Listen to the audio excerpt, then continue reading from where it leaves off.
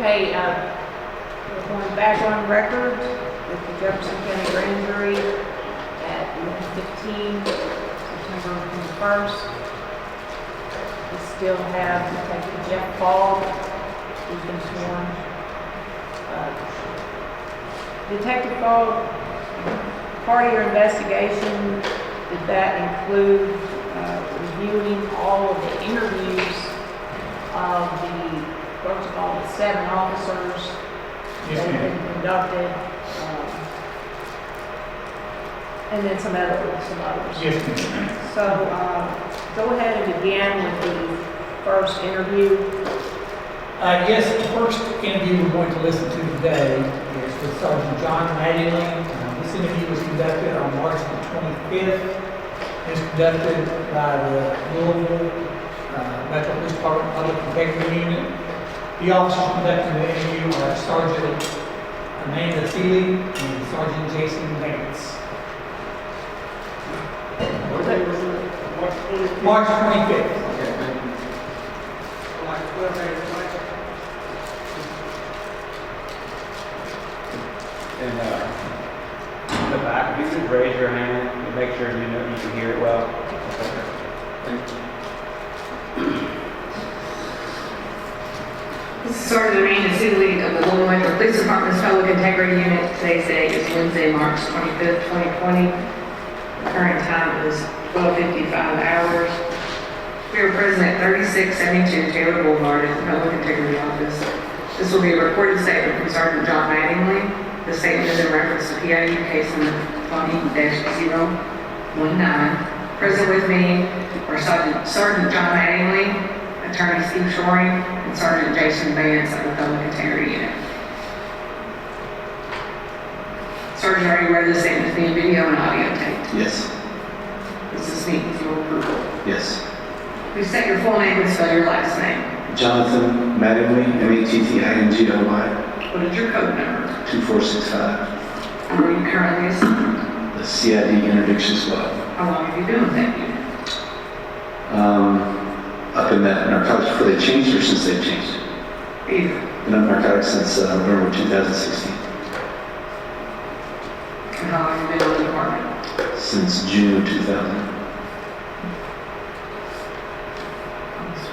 Yeah. Are you under the influence of alcohol, drugs, or any other intoxicants at this time? No. Are you taking any kind of medication that would affect your judgment or ability to think clearly? No. The next 4 questions are going to be in reference to the actual incident night on March the 13th at Springfield Drive about your uniform and treatment. Did you sustain any injuries during this situation? Yes. Please describe. Sustained a gunshot wound to the upper left thigh, and it tore through the femoral artery and exited out the back of the leg. Did you receive medical treatment? Did. Where and by whom? University of Louisville Hospital by the trauma team, or several doctors, I don't know their names. What type of uniform or clothing were you wearing at the time of this incident? Just want me to give you from like the bottom up what I had on, or what? Had a black Under Armour boots on, gray pants, a black 3/4 zip Nike pullover, and I had my tactical vest on, so police in the front and back. Plates that.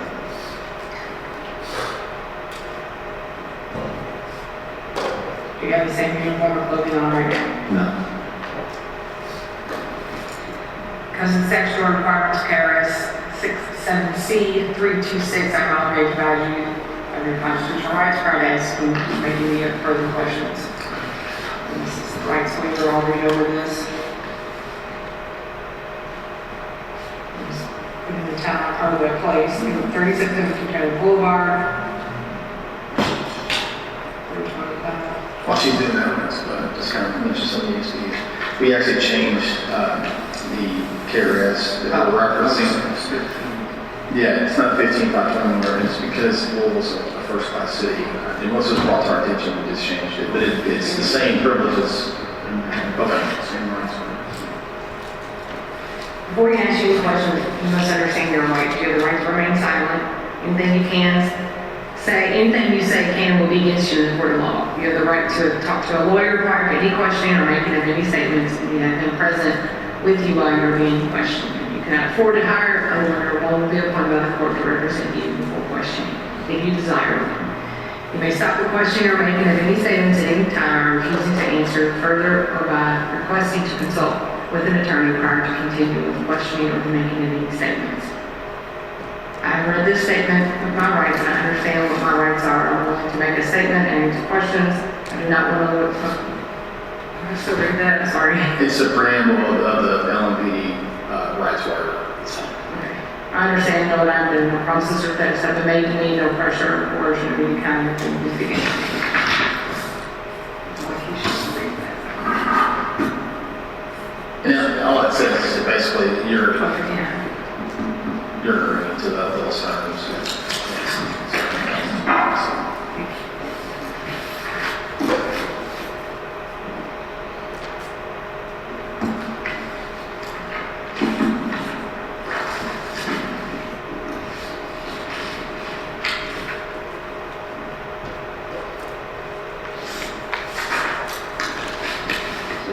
Started in your own words, the incident occurred at 3003 Street Drive, apartment number 4,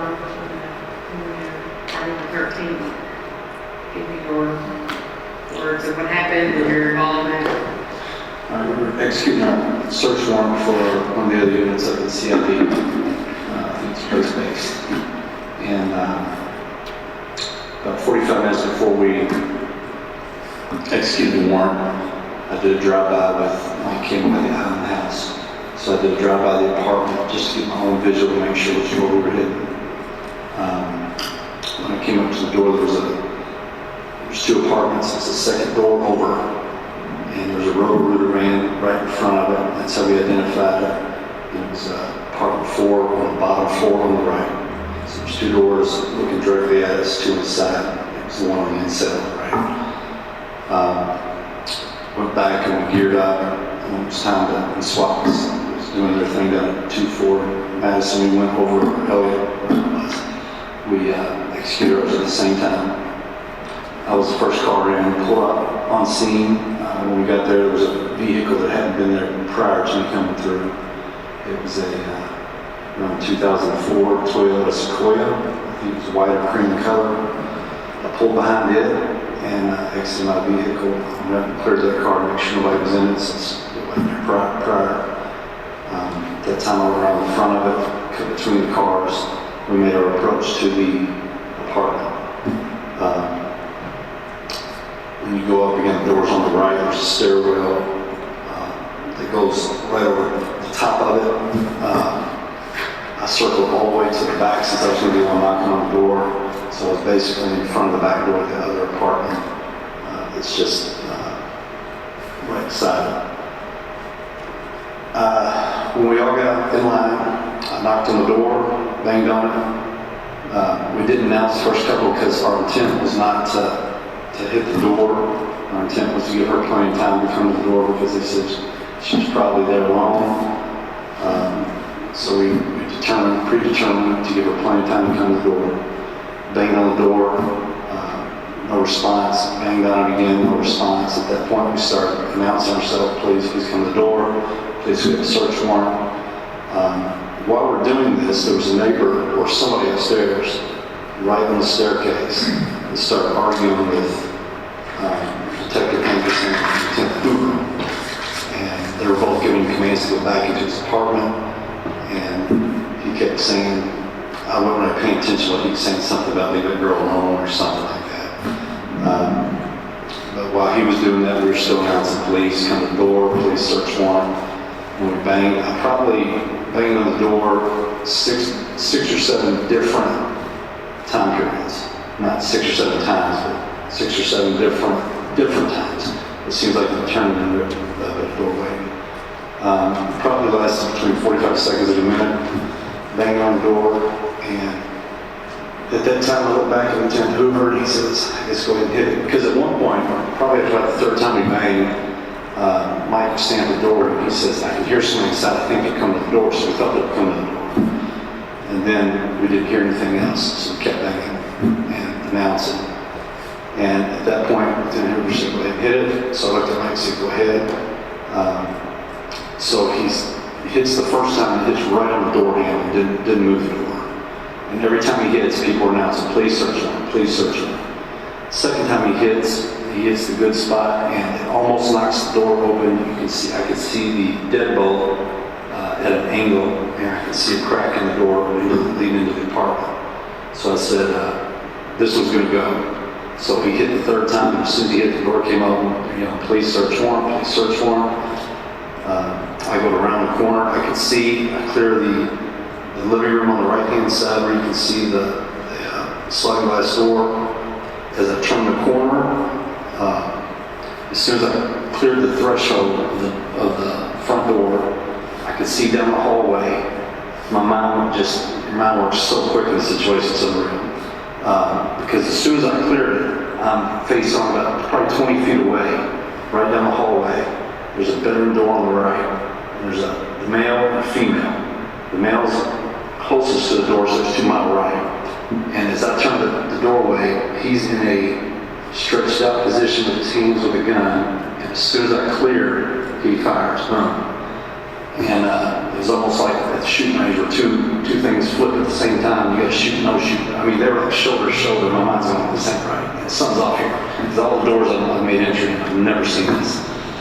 And so I hit this corner and it goes boom. And as soon as the shot hit, I could feel the heat in my leg. And so I just returned fire. I got 4 rounds off. And it was like simultaneous. Boom, boom, boom, boom, boom. And then I went back and went down on the side of the door and then reached around. I think I got 2 more off around the corner of the door. And then I could really feel the blood in my leg. So I reached out and felt it. My hand was full of blood. And I knew it hit my femoral at that point. So I scooted back on my butt and I yelled at him, I've been hit by femoral. And I scooted back, and I think at that time I was slid up. I'm not sure. I think he was over my left shoulder behind me. I'm not sure what he was seeing. I know Tony was behind me. Mike was to the right of the door at the ram. It was Brett, Hoover, and Campbell had come up around the corner at that point from the stairs. So I'm assuming Miles was behind me because I think he was there in front of me. And so I slid back on my butt to get out of the line of fire. And for a second, I had let go of my gun.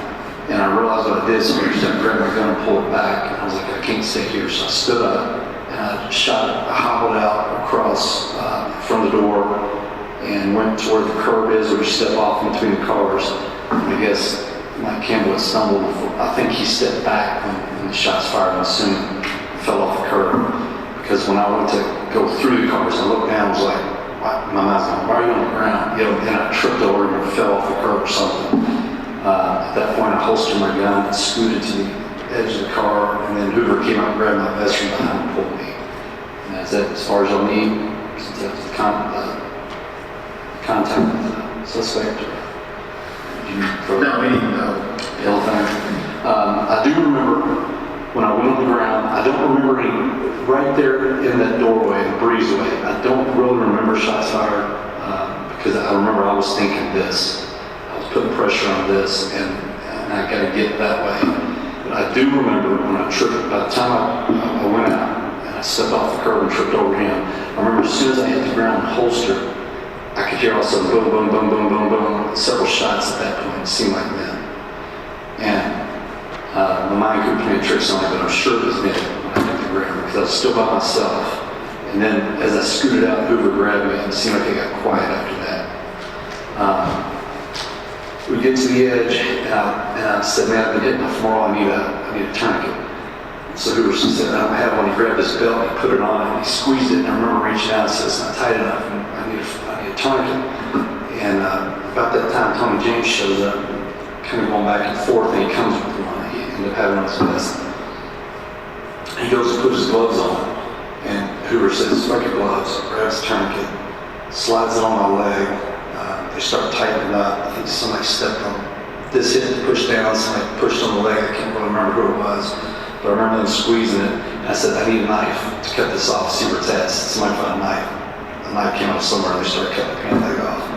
Then I kept going, did anybody call for EMS? Because they were just a quarter mile down the road with that.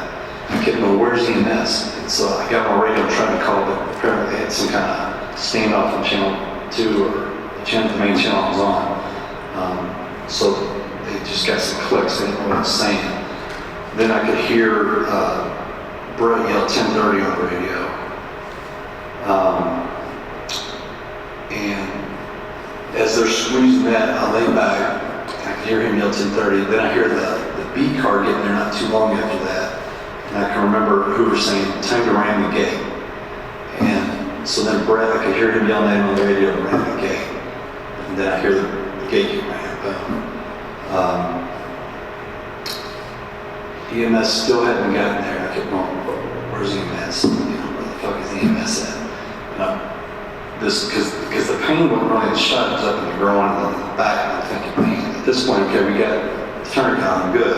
Now, we gotta get this leg, lose my leg. So, at some point, EMS shows up. It seemed like forever, I don't know how long it's like. They finally showed up, and I remember them saying, it's getting in the car and getting up. They kept saying, do you want to go in the car to Universal? I knew EMS was so close and we had stuff we didn't. So I was like, no, let's just wait for them. They've got to be here, he said. And so finally they show up. They say, throw him in my car. I said, throw him in my car. I remember walking to a car, so I'm not getting in that back seat because I knew my leg, I couldn't get down and back up. And so they said, put him in the trunk. I remember hearing that. The trunk was hot. And Hoover was like, no. And he went to shut the trunk, and there was some gun case hanging out. So they shut it in, put me on the trunk, or shut the trunk, started picking me up, and Hoover has my legs, and the guy in the back didn't lift my back up right, and I almost went to the ground. And then he puts me, Hoover said, get underneath his arms.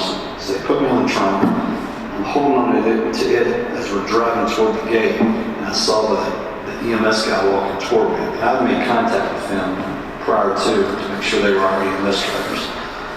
And the young guy's walking toward me with his bag on his shoulder. And as I'm looking, I see the EMS wagon start to back up and go the other way, leave us. And I yelled at him and I said, where the fuck is he going? And he's like, I said, call him on the radio. He said, I tried, he didn't answer. I said, try again. So he tried again, all of a sudden he stopped, and the EMS starts coming back. So we get up to the front to where the gate's at. And I'm not sure if the other guys went or what they were doing, but Hoover finally said, fuck it, hold on to my neck. He scooped me up, and he walked me around the car. Somebody pushed the gate down, he stepped over it. We got to the wagon, got in the back of the wagon at that point.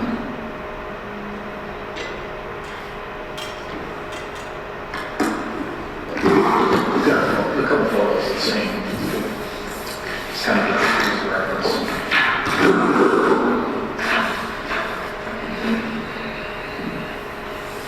So photo 1 represents the entire area, and we'll just sub-label the actual building where this is in place. We're going to label it as A. Okay. We'll use B as the gate. We heard Jay say that we're going to use this photo kind of to make sure that we understand you correctly as far as like how you came out. So this is photo 2. This is it's a closer photo of the building where it took place. This is the breezeway and then the sidewalk, and there's kind of like a little handicap access point here where the sidewalk kind of veers to the parallels the building. And there's a step or a couple steps there. If you can, and obviously the cars in this photo do not represent the cars in my but we wanted some kind of visual to understand everything happening. So the breezeway comes out, there's a set of stairs that goes to the second floor of the apartment building. As I understand what you said, you come out and you go between like this car, where this car's parked in the photo and this car's, and Campbell is falling down. Right. Yeah, he's in between here. There's a car here. When I come out, step off this curb and go in between here. Pretty sure it's that one. That would just make more sense. I don't think I would have veered out. I think I went to the path of least resistance here. Okay.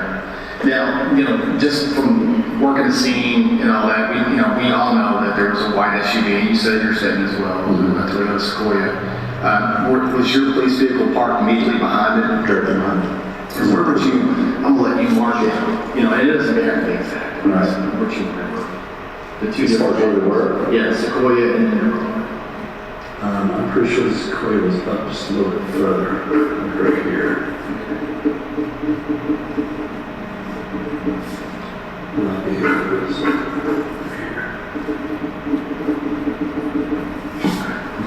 and then, so where do you think the first aid was given? I mean, if you had to guess. If I had to guess, it was right here. Okay. And at some point, the vehicle they used, you talked about. No, I'm sorry. It may have been right. I know I came through the corner and drove into somewhere else. I can't remember if we went on this side or this side. I think it was out here. Okay. Yeah, because then Miles' car pulled up here. Right. Yeah. And you remember what kind of car it was? His? Impala? No, a Maxim. Not Maxim, one below. Nissan. Yeah. So they used that car, put you on the back, on top of the deck lid, Right. and it kind of like helping you sit, carrying you. Right, so carry that far. Right. Because it's, you see this first photo, I mean, it's pretty long. Yeah, it wouldn't be very efficient for someone to carry. Yeah. So, and I held onto the black, there's like a radio antenna, there's a black flap. I held on to that. I remember that. Okay, so they evacuate you to this gate here in the photo. Correct. And at that point, as you said in your statement, Lieutenant Hoover had requested patrol to ram the gate to open it. Correct. Because it kind of separated the property. Yeah, he was trying to get EMS in here because he knew, he probably assumed at that point they would get confused if they came down and realized it doesn't match, you have to come all the way around. Right, and it's an obvious, the most efficient way to evacuate Yes. an injured person. Yes.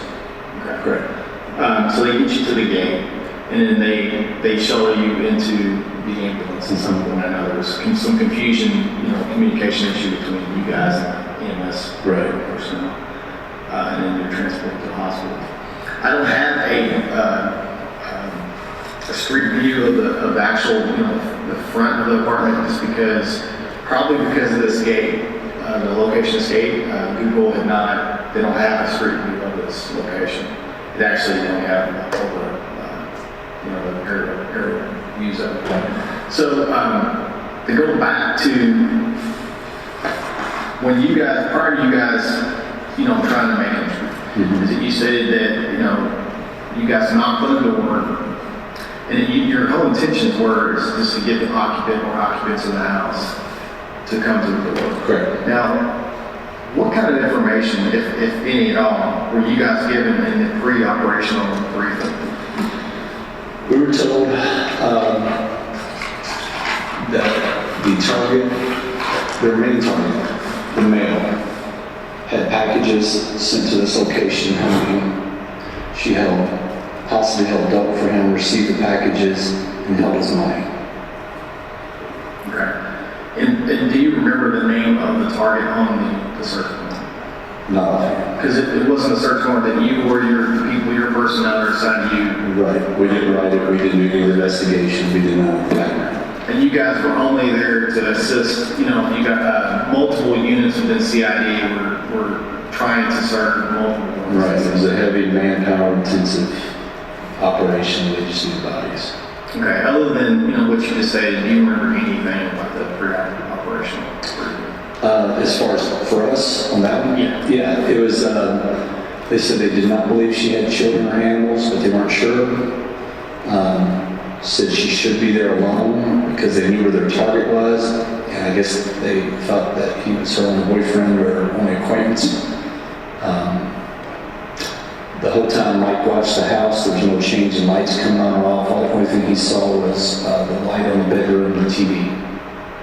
So he was able to see some type of or some form of illumination in the From bathroom. bedroom. Do you remember which window that would be? Yeah, it was this one. Yeah, this one right here, I believe. Or I think it was that one. I'm not sure. I don't know. One of the bedrooms. Right, on the bedroom. So we went by. I remember seeing put up when we pulled up. Okay. You know the time, like, idea. When we briefed, he was already on scene. We briefed at 10 o'clock. We didn't hit it until 12:40, 12:35. At 12:35 on my phone, I was calling him, telling him we were pulling around the corner, getting ready to come in.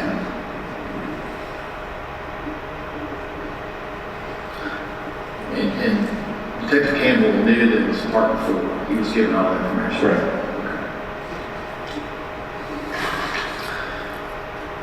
Going back to, you guys, your whole intentions were to have an occupant or occupants come to the door.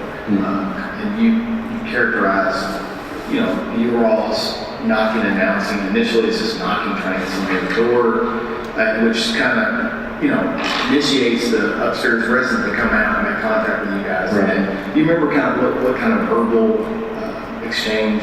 Between the upstairs? Yes. I remember when he first popped out, Lieutenant Hoover kind of came to I don't know if it was a low ready or kind of a up, because they didn't know who was approaching them. And I remember Brett extending his gun saying, get back in the apartment, get back in the apartment. Brett was a little bit worked up. And I remember at one point, because they kept exchanging, while we're doing this, I remember looking at Brett saying, Brett, relax. Brett, just relax. Because, while you got to pay attention to him, that's not your focus. Right. Other than the obvious, the police logos on your attack vest, did you all identify yourselves? I don't know if they did or not. I don't know if they ever said we're the police. Because your focus was on at this point. Yeah, I'm not the one physically knocking on the door, so I can't really pay attention to what. And it would be dangerous for you not to stay focused on the door. We all know we refer to that as a fail phone. Right. So, at some point, Lieutenant Hoover decides that, you guys have waited too long, or, you've allowed a pretty sizable amount of time to go by. Right. More than enough time for the average person, or even the disabled person to get to the door. Right. That's small world. So the decision's made that you all are going to force entry. Correct.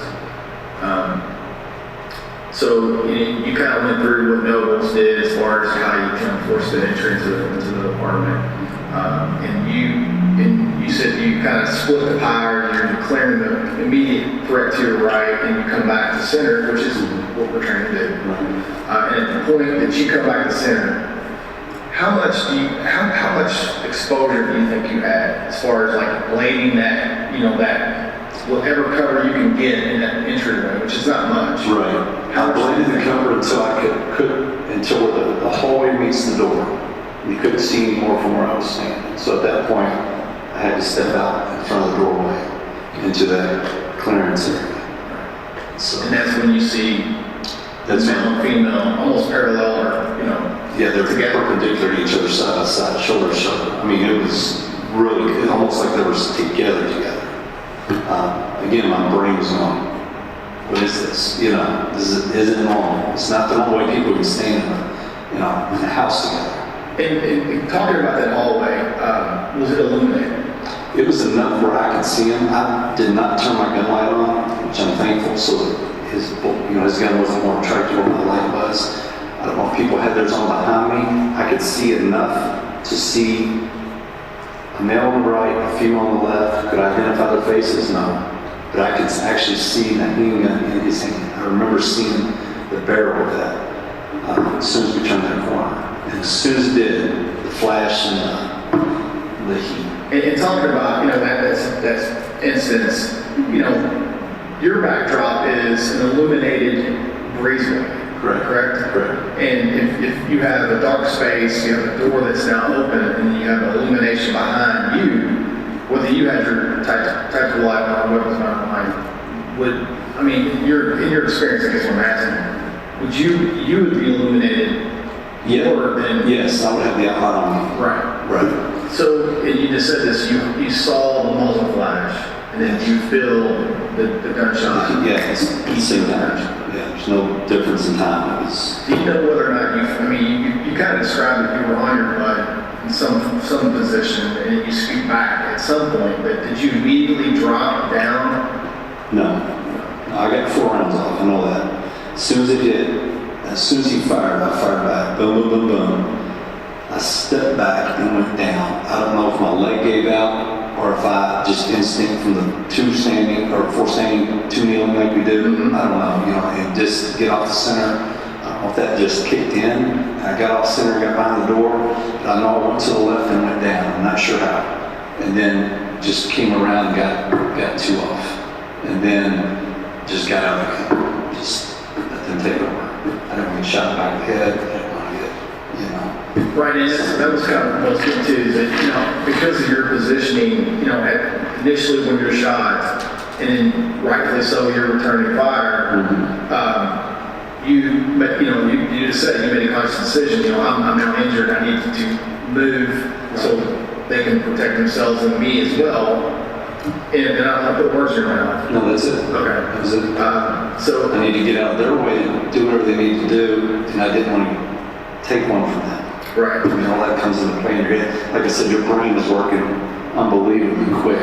And we all under stress, we lose our fine motor skills. Yeah. Things kind of narrow down. So you're pulled in. We're referred to the door as we face it, so left, right. So at this point, you're always on the left-hand side of the door. Correct. Notice is always on the right. Right. And you believe the time of the shooting that Tony James and Moss also overlapped On my left, yes.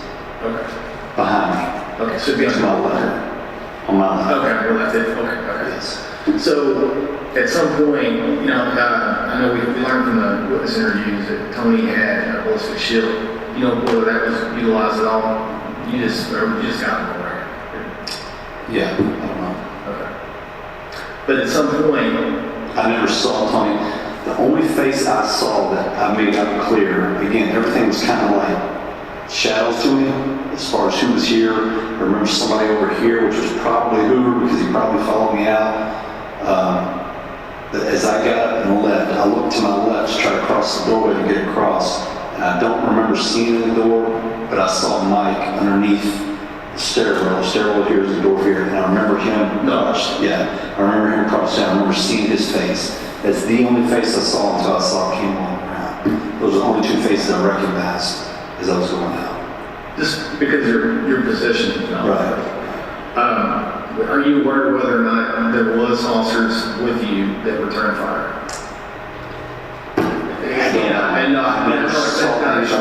I never saw anybody return fire. Okay. Like I said, I heard it once I got out between cars, but right then I don't know. So you don't know if there's fire along with you? Yeah, no.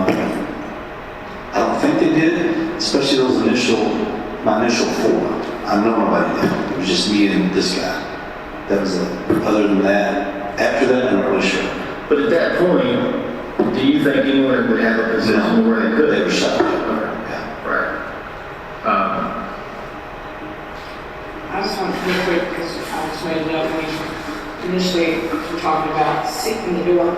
So did the door come all the way off its hinges? It went fast and went from right to left. So it opened from left to right and opened all the way out. It was Down wild. the back?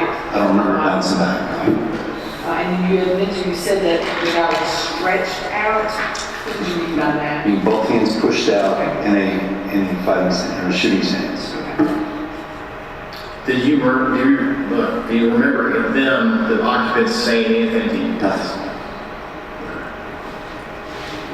Was it like that someone kind of heard Yes. some talking, but you didn't make out what that was either? Not sure I even heard it. I think when he heard that, I was kind of addressing whatever this situation was going on upstairs between Brett and this guy. Would you characterize that verbal contact with that resident? He was being- kind of changed the tactics of the situation? It did. It pulled away from a lot of it, and he was being belligerent. I don't know why. I mean, I don't know if he was drunk or what, but he was being very hostile from the get-go. As soon as the contact was made, he was just arguing back. And they were saying, just give me a partner, just give me a partner. But you never physically, or you never actually saw him? No. Okay. Because of the position where you were. Right. I was underneath the overhang. Yeah. So I could see. You said you guys didn't initially announce. No, the first man was recorded on minutes. I think after that we did. I could be sure for the second, but again, there was probably 6 or 7 different contacts, multiple banging on doors. And after that, each one of them had police, come to the door, search warrant, police search warrant. And I remember Brett, when he was arguing with this guy while we were knocking, going, police search warrant, police search warrant, police search warrant, police search warrant. I mean, he was repeating this, the guy had no other place. Because while he was in contact, just clicked, while he was in contact with him, and I'm hanging, he's yelling at police search warrant over and over and over. So was Mike also knocking, or was it just you? I was on one night. Only one that was knocking. So was anyone else yelling, please search warrant besides you? Yes, yes, multiple people. Yeah. So kind of at the same time, Yeah. all those Just kind kinda how of. that is, yeah. So in the pre-operational briefing, you guys just considered this location as, and I've heard this a couple times throughout this investigation, as software. Right. Based on the information that the lead had concerning the entire investigation, Correct. organization of the, drug trafficking area. So that's what made it, that's what kind of made you all come up with the original, hey, we're just gonna knock, try to get her to the door, the most passive way into the circle of the woman. Right. So you shot in the left leg, your wallet, where do you carry your wallet? Front left pocket.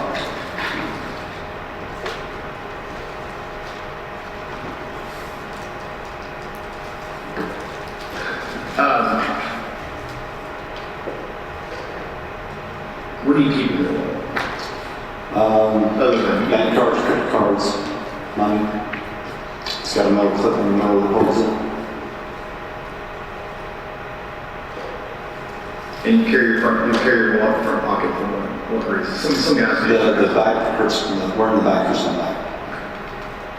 And I remember in the EMS, I forgot this, in the EMS, the only thing left on my pants was basically what was tied under the tourniquet and what they couldn't get out of the top. My wallet was flipped inside out, or my pant pocket was flipped inside out.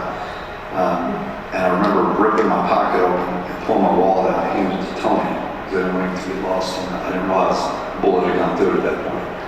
And I handed it to Tony, and I pulled up my ring, and I did my main belt and took my vest off.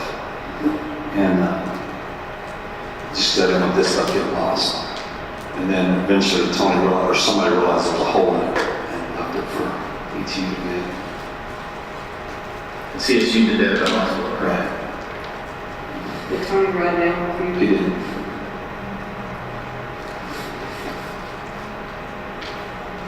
So the guys from your group, the initial people were Tony James and Mike Evans.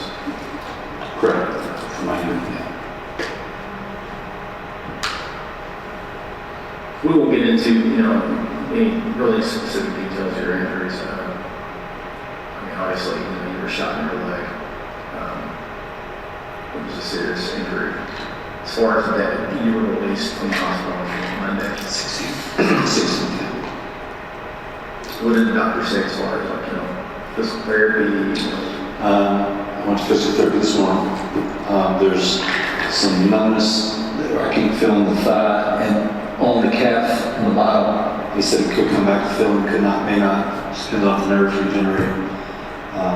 He expects, barring any other thing, there might be a knee injury now that we just discovered. Some ACL, MCL stuff, maybe from stepping off the car. I'm not sure because the quad muscle apparently quit functioning when it hit. I knew I couldn't put weight on it, but I didn't know why. They said that quad muscle stops working, so it stops pulling your leg. So you're looking at maybe additional surgeries? Possibly. They don't know yet. I don't have that appointment until April. Just because this current situation we're dealing with. Yeah.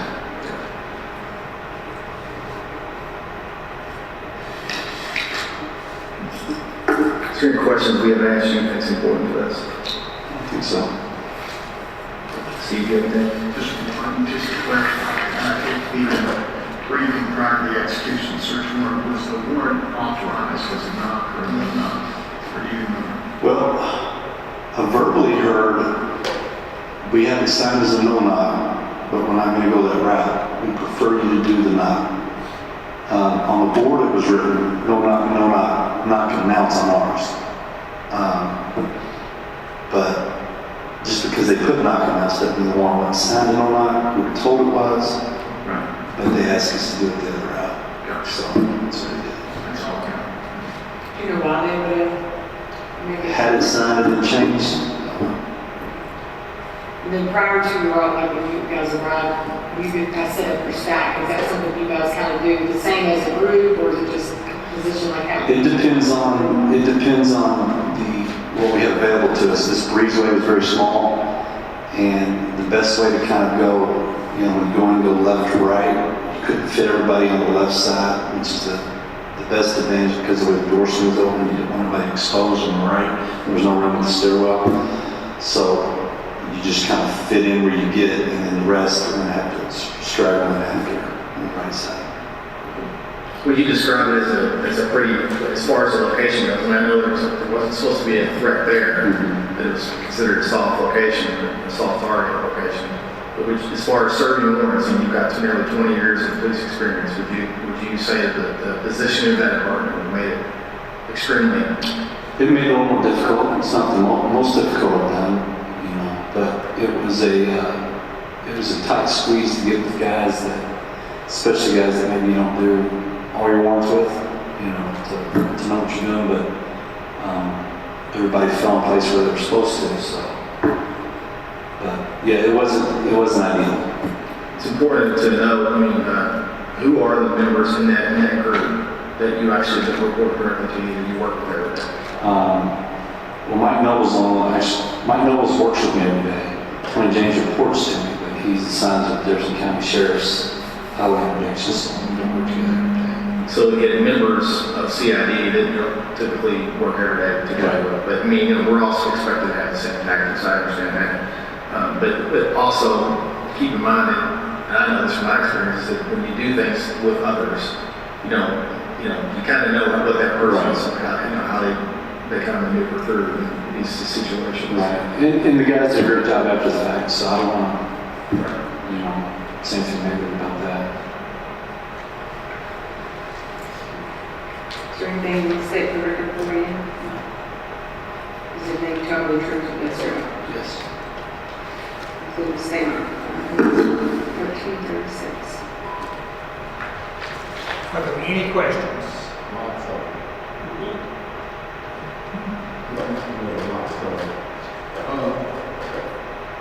It sounds to me like this was a little bit confusing. Like the members were hodgepodge on the 19th, and at least we put together, and then they went out there to this location.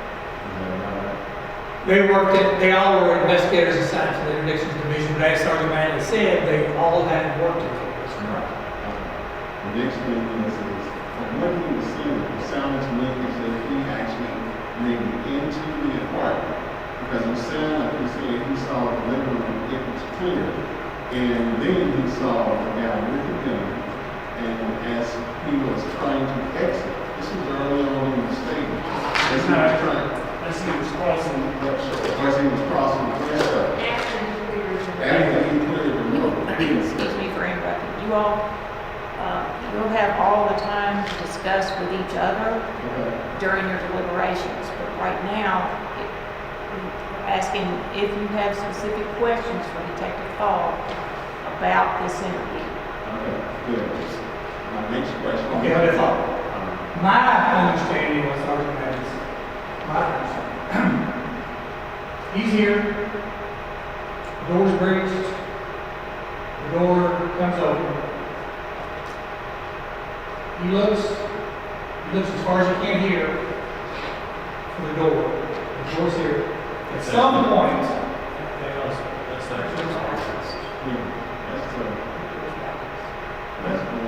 oh, it opens this way. See? Yeah, stuff in there. It goes this way. This is the door itself. This is the door. So he's here, and as the door's being opened, the doors are breached. The door comes open. He kind of looks this way, best he can, and he talks about asking that question. He steps in here. Kind of see that hallway. Right now, the door's open a little bit farther than this. He looks here.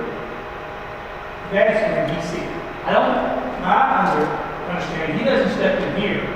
He's still right here. And that's when he sees the figures.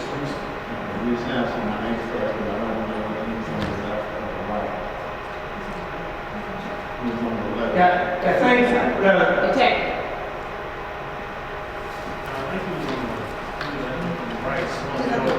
If you're on the left, because he said he turned to the left, looking in the living room, then he looked in the house. okay, I'm going to read from here, the transcript from Sergeant Madison's statement, so not my interpretation, but his words that he wrote. The transcript of this interview you just played. Okay, second time hits the good spot and almost knocks the door open.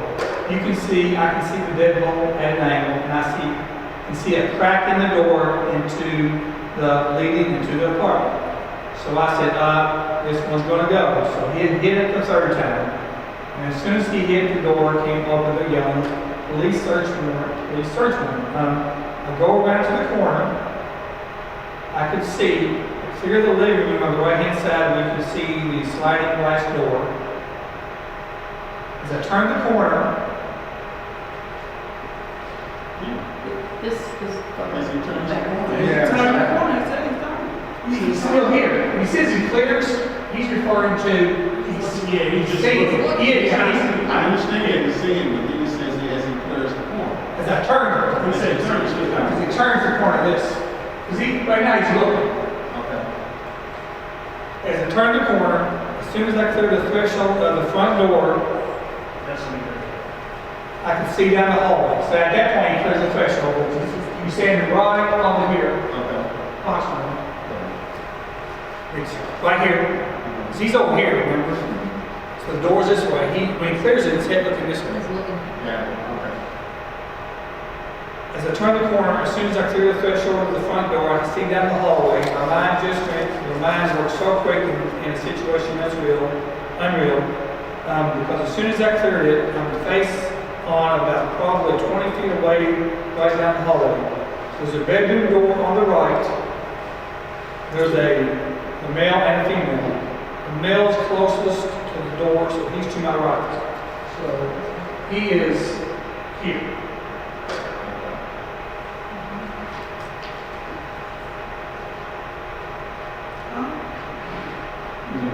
And as I turn the doorway, and as I turn the doorway, he's in a stretched out position with his hands with the gun. He's this door here. The male suddenly come up to his door on the right. He mentions that it's this door here.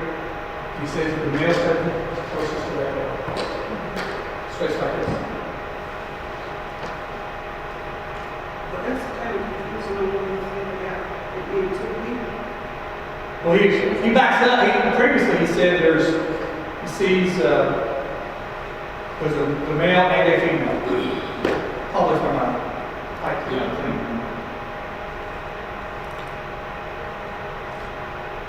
The doorway, he's in a stretched out position with his hands with the gun, and as soon as I clear it, he fires, boom. It was almost like a shooting range.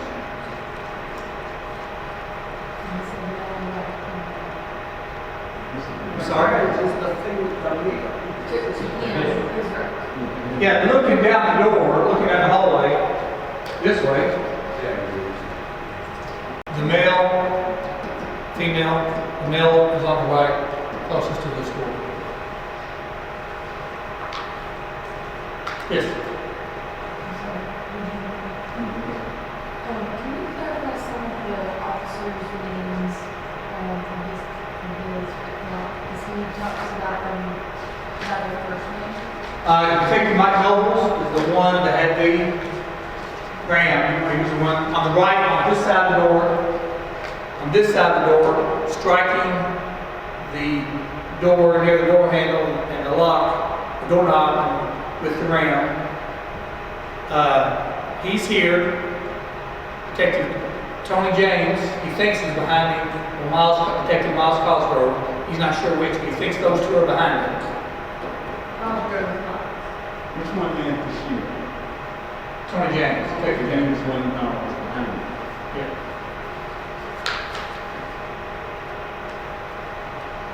I do have a question. Is it normal for them to be standing on the pad while they're hitting the door?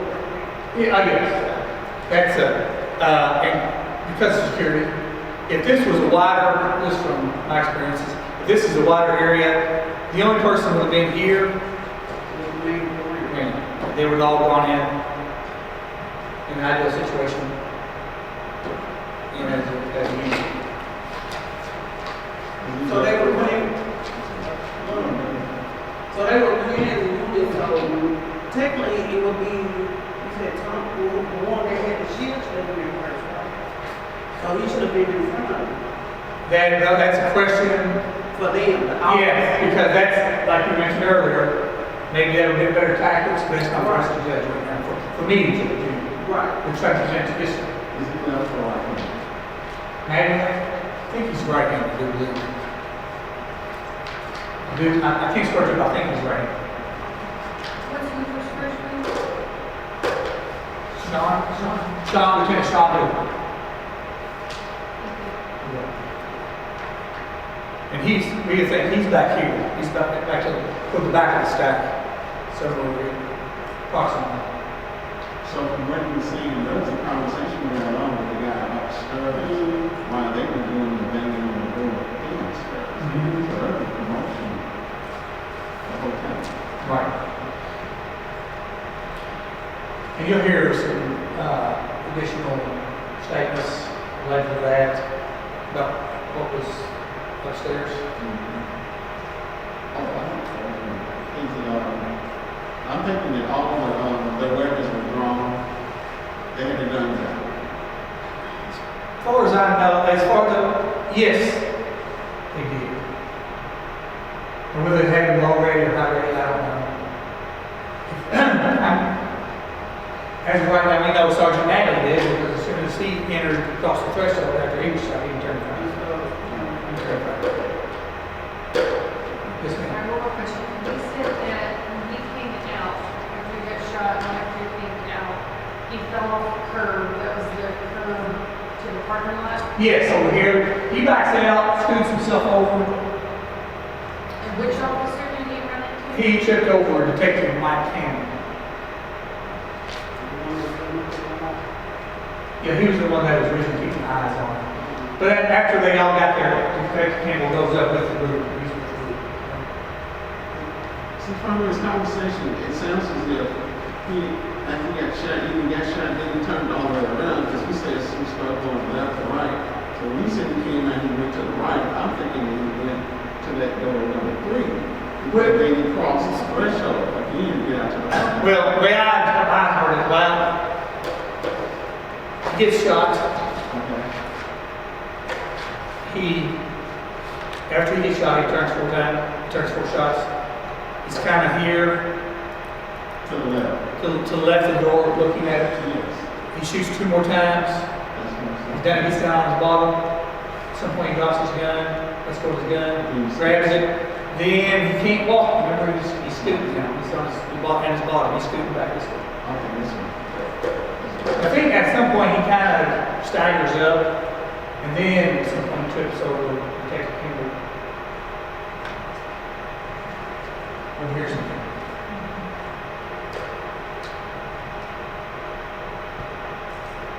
Any other questions?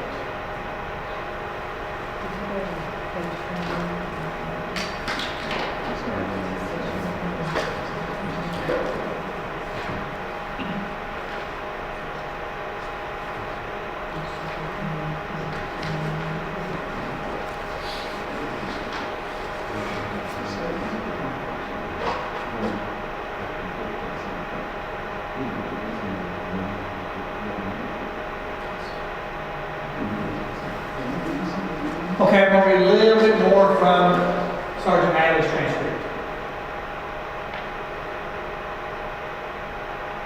So at some point, I had normally learned from the witness interviews that Tommy held a listenership. Do you know whether that was utilized at all? You just got the man. Yeah, I don't know. Okay, but at some point, I never saw Tommy. The only face I saw that I could made out there again, everything was kind of like shadows to me as far as he was there. Remember somebody over here, which is probably Hoover, because he probably followed me out. And as I got up and left, I looked to my left to try to cross the doorway to get across. So you can listen. Yes, sir. Right, he said they across the door. And I don't remember seeing in the door, but I saw Mike underneath the stairwell, Mike Nobles. The stairwell. Yeah, the stairwell's like this. Right, The stairwell, here's the door here, and I remember him crouched. Okay. So as he's leaving, Hoover's behind me, Madeline's going this way. He crosses the threshold. He sees Nobles underneath that stairwell. Because remember, he drops the rim. Yeah. Right. No, yeah, I remember him crouched down. I remember seeing his face. It's the only face I saw until I saw Campbell on the ground. Those are the only two faces I recognized as I was going out. Just because your position in the right. Are you aware whether or not there was officers with you that returned fire? I don't know. Again, you know, I never saw them. This is, let's see, this is where they all, they are getting together before they go in. One of them is the real guy. One of them is him, and he knows there's two people behind him, or he thinks there's two people behind him. In the course of this, some guy comes out of his door upstairs, picking his door up from babysitting. An officer at the bottom of the steps talks to him and gets him to go back inside. Tries to get him to go back inside. At the same time, the officers downstairs at that door are constantly knocking on that door. Yes. And they are not saying this is the police yet until they have this conversation with the guy upstairs. Then they start thinking that they're the police. I don't know. No, they said that every knock that they knocked, it was police. Other than They started. Remember, we're not gonna have discussion between grand jurors. yeah, remember, if His you go back questions. go back to that, because he addresses that.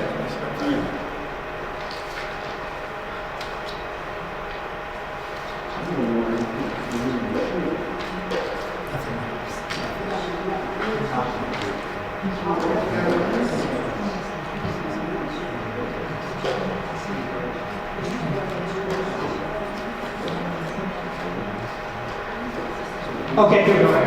Okay, here we go on the document.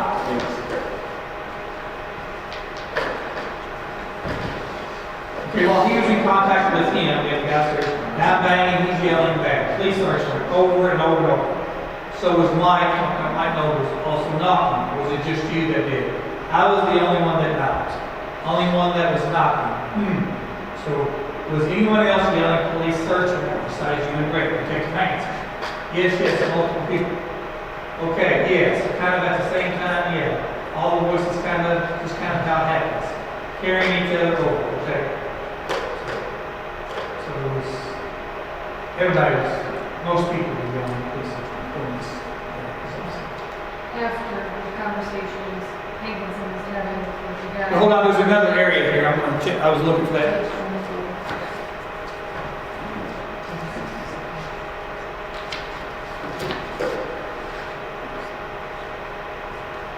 Okay, so you said you guys didn't initially announce. No, the first bang on the door did not announce. I think after that we did. And I couldn't be sure for the second. But again, there was probably 6 or 7 different contacts, multiple banging on the doors. And after that, each one of them had, please come to the door, search warrant, please search warrant. And I even remember Brett when he was arguing with this guy, when we were knocking going, please search warrant, please search warrant, please search warrant, please search. And he was repeating this. The guy had to know when the police. So from what I interpret what he said, they were after the first knock they didn't announce, and after that, police search warrant, police search warrant. There was some confusion. I'm sorry? There was some confusion because they were talking to the guy upstairs. Hankinson was talking, and you hear later that Lieutenant Hoover, Sergeant, I don't know who man said it. Lieutenant Hoover kind of tells Hankinson, leave it alone, let's just focus on He was this. the one who did that. He was one who had to tell the calm down. But the news was there, not the shield. On this page. Or two.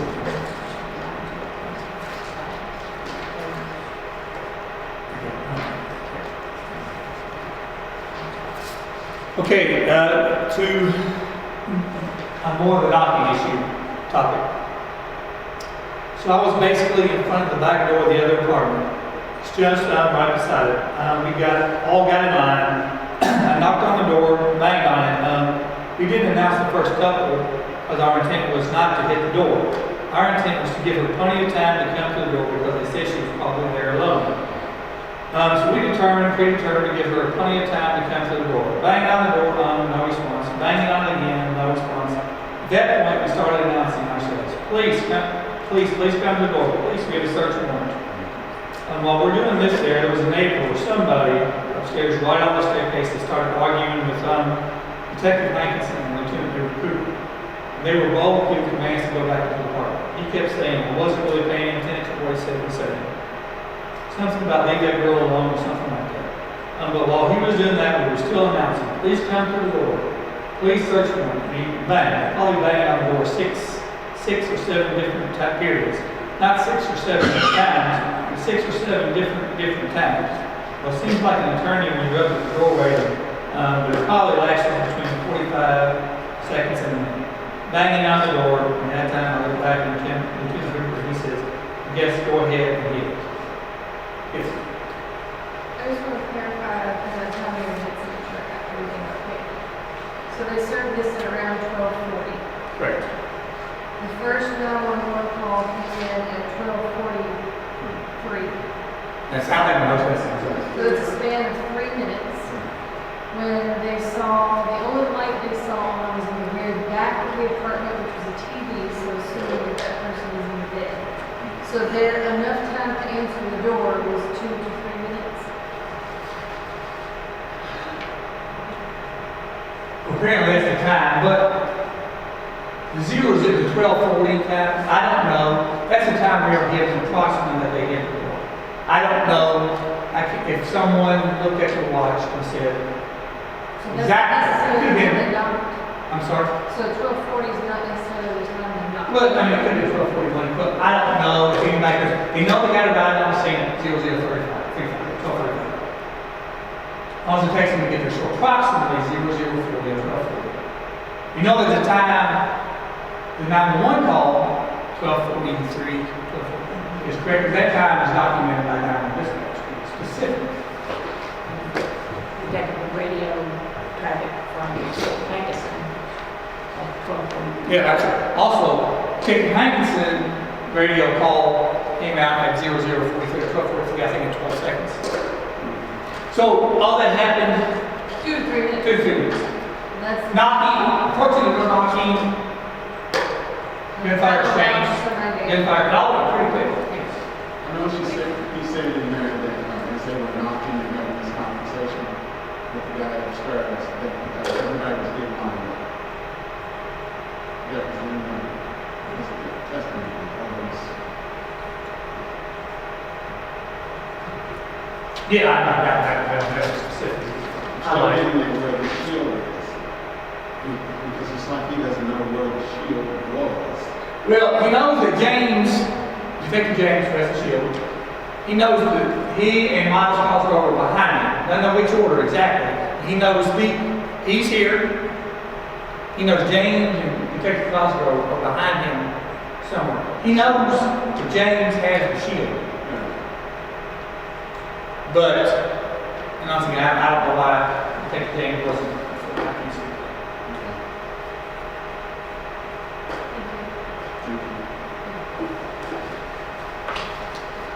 Okay.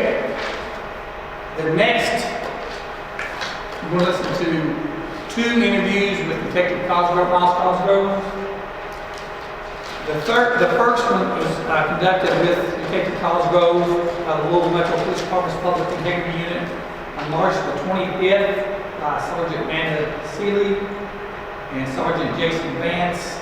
And I'll remind him when it comes up, but the second interview was conducted with Detective Cosgrove on September 18th by myself at our office in Frankfurt.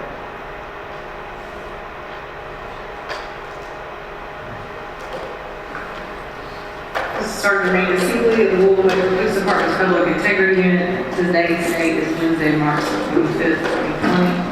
The time is 1357. We are present at 3672 Taylor Boulevard, Public Integrity Office. This will be a recorded statement from Detective Miles Cosgrove. The statement is in reference to PID case number 20-019. Present with me is Detective Miles Cosgrove, Attorney Steve Shoring, and Sergeant Jason Vance of the Public Integrity Unit. Detective, are you aware that this statement is being video and audio taped? Yes, ma'am. Does this meet with your approval? Yes, ma'am. Please state your full name and spell your last name. Full name is Miles Cosgrove, last name Cosgrove.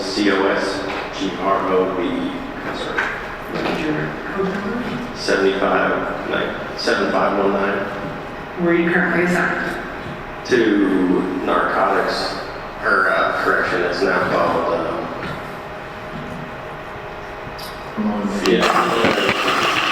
Criminal Interdiction Division, CID. How long have you been with that unit? Just over 3 years probably, How long have you been with the department? 15 and change.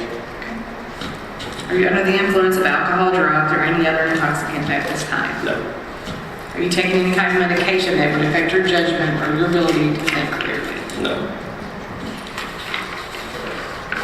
These next set of questions are in reference to the actual incident evening of March 13th, 2020 at the Springfield address. Did you sustain any injuries during the situation? no, Receive any medical treatment? no. What type of uniform or clothing were you wearing at the time of this incident?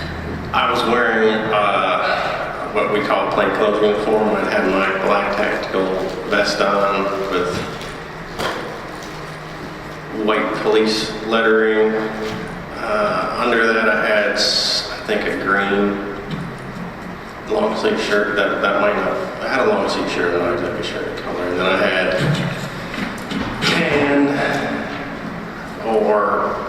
tan brownish colored 511 pants,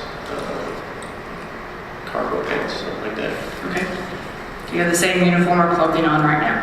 No, Because of the statutory requirements of KRS 67C326, I am obligated to advise you of your constitutional rights prior to making any further questions. Move over your right to review. I've already filled out the place and the date, and the time is 13:59. Before we ask you any questions, you must understand your right. You have the right to remain silent. Anything you say will be used against you in a court of law. You have the right to talk to a lawyer prior to any questioning or the making of any statements, and to have him present with you while you're being questioned. If you cannot afford to hire a lawyer, one will be appointed by the court to represent you before any questioning if you desire one. You may stop the question or making of any statements at any time by refusing to answer further or by requesting to consult with an attorney prior to continuing with questioning or the making of any statements. Section would be for you that you've read. The statement, your rights, I can let you read this. Is that okay for me to do that with it being I? Yeah, it just basically is, if your waiver rights, and this is what you're saying, if you sign this form. So I read this statement of my rights, I understand what my rights are. I'm willing to make a statement and answer questions, and not one lawyer at this time, which the lawyer is present. Understand and know what I'm doing. No pressure, no promises, or threats have been made to me, and no pressure or coercion of any kind has been used against me. Basically, saying that you're acknowledging we're not twisting your arm against this stuff.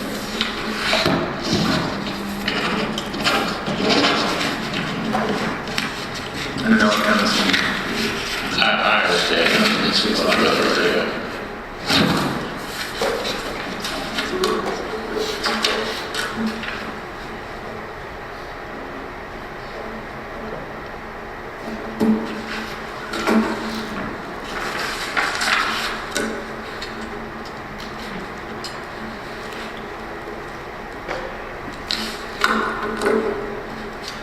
So, in your own words, the incident that occurred on Friday, March 13th, 2020 at 3003 Springfield Drive, apartment number 4. What happened, your involvement, and what actually led to it?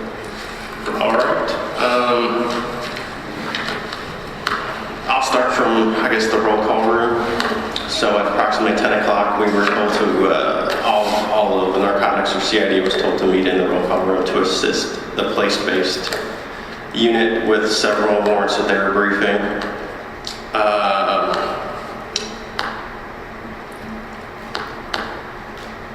I was seated next to Prill, and we were assigned, I was assigned with John Mattingly, Brett Hankinson, Tony James, Mike Campbell, who was actually already out there with the eye, and Lieutenant Sean Hoover. I believe that's all the folks that were assigned to go to Springfield.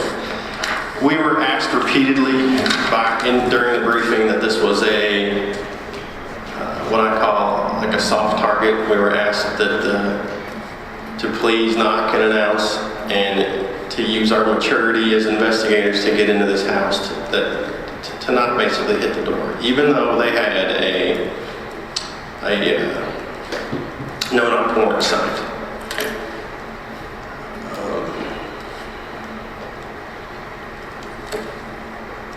So after the briefing, there was probably an hour or so for people to rally up at certain locations. And I proceeded to go to a church located on, I'm not really familiar with this area, like Manslip Road, St. Andrew's Church Road, where we were all to rally up. Our group was to rally up to go to our location. And we waited in this lot for half an hour or so. And while waiting at the lot, John Mattingly drove by the address to confirm where we were going. And Mike Campbell was on the eye, and I'd spoken to him, and he explained, where we were going as well.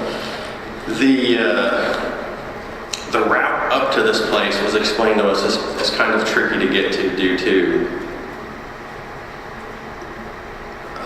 how large the parking lot was for these various apartment complexes that were out there. So we wait in the parking lot for half an hour or so, and while in the parking lot, EMS is there waiting for us.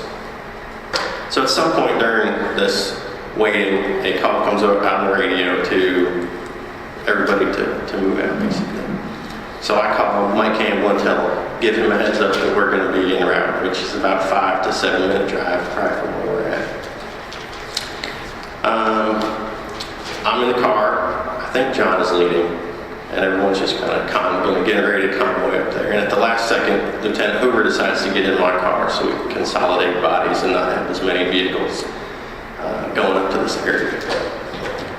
So we wait at this intersection for, a minute or so, and then we start up towards our assignment. In the meantime, there's radio chatter. I'm not really paying attention too much to what's happening on the radio.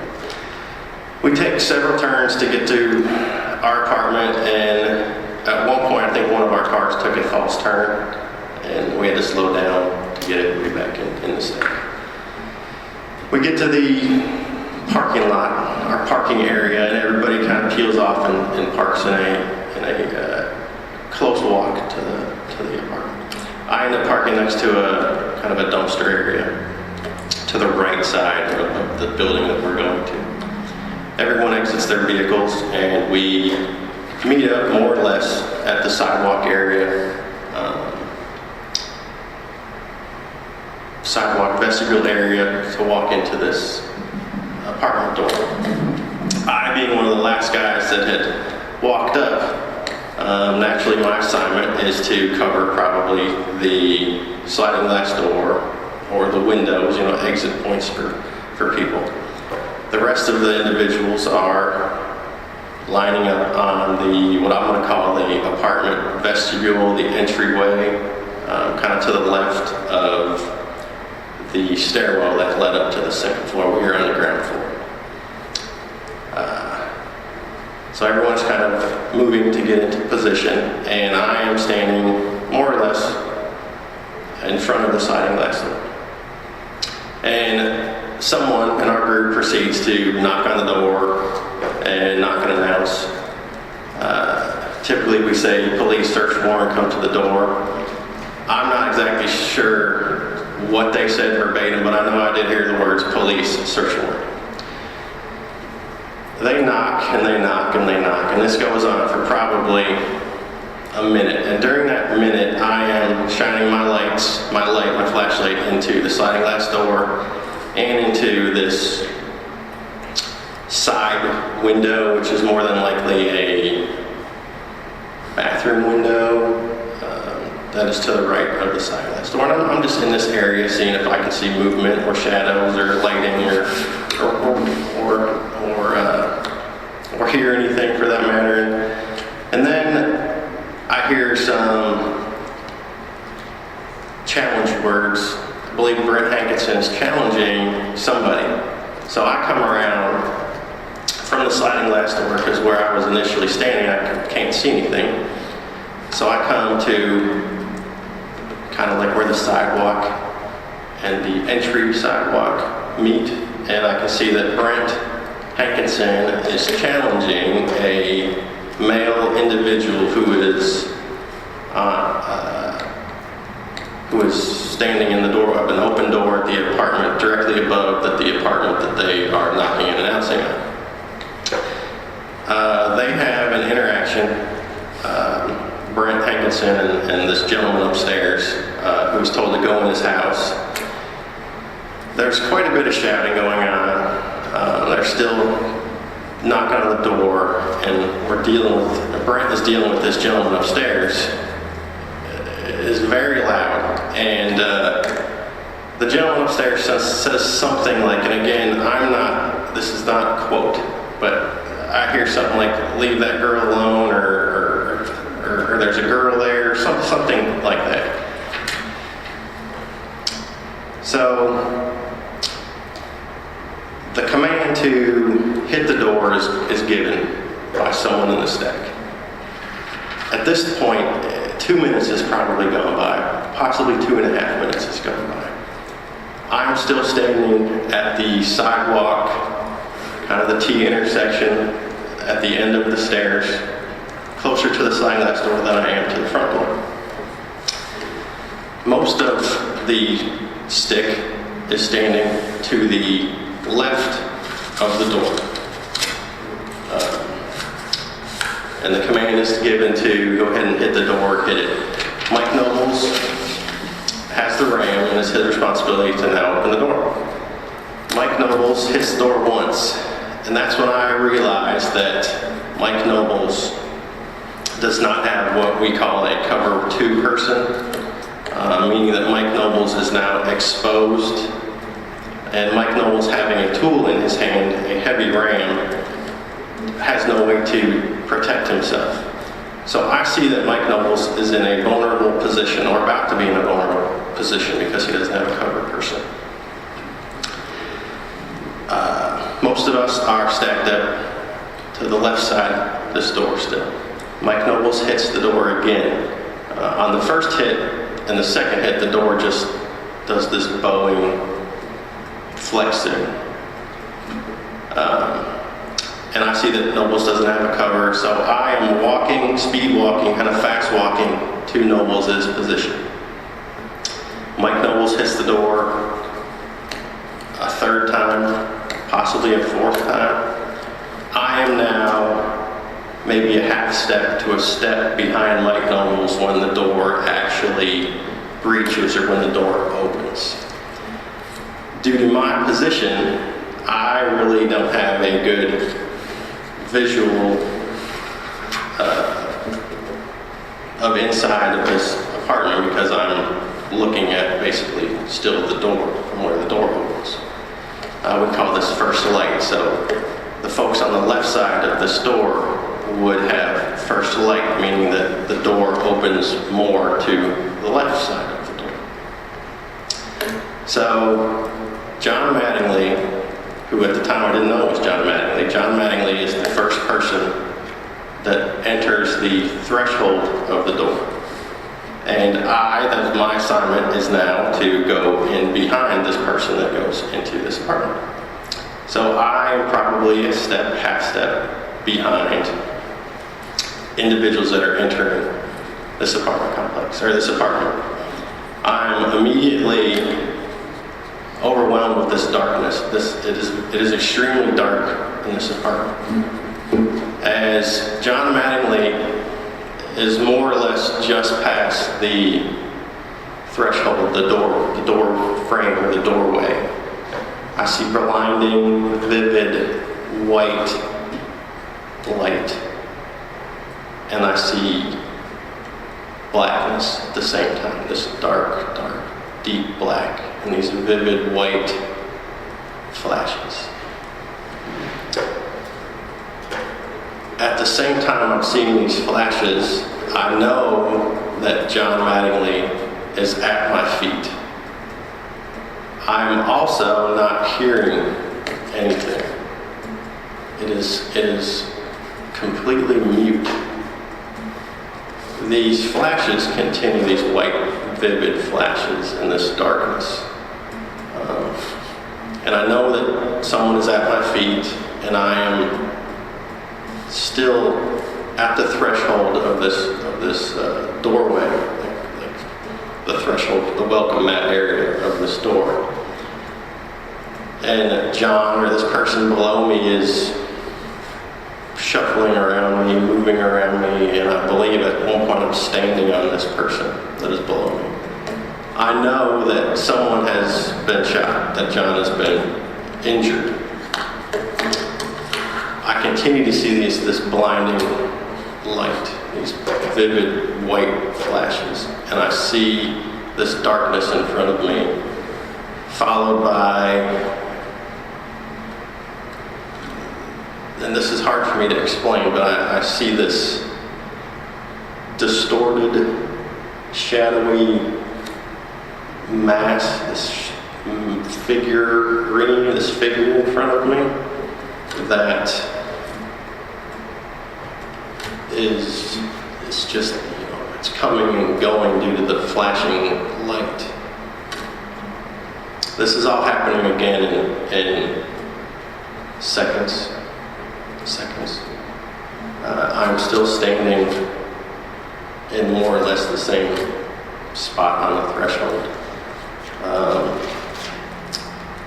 Again, I can hear nothing. It is completely muted. There is no sound.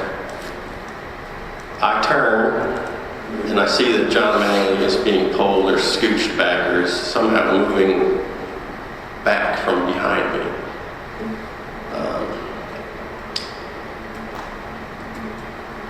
I know, or I'm fairly positive that before me turning to look at, to know that he had left or to know that he's being moved, I'm almost positive that I had fired or were firing during those flashes and during that vivid, white and black and gray colors I was seeing. So John is being moved or pulled from behind me. We'll just take 1 second here.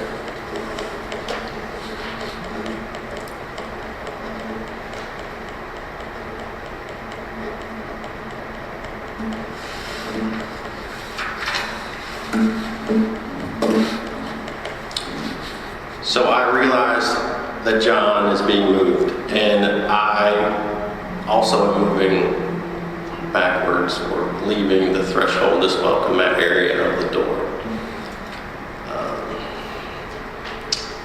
John is being kind of shuffling on his butt, and folks are pulling at him.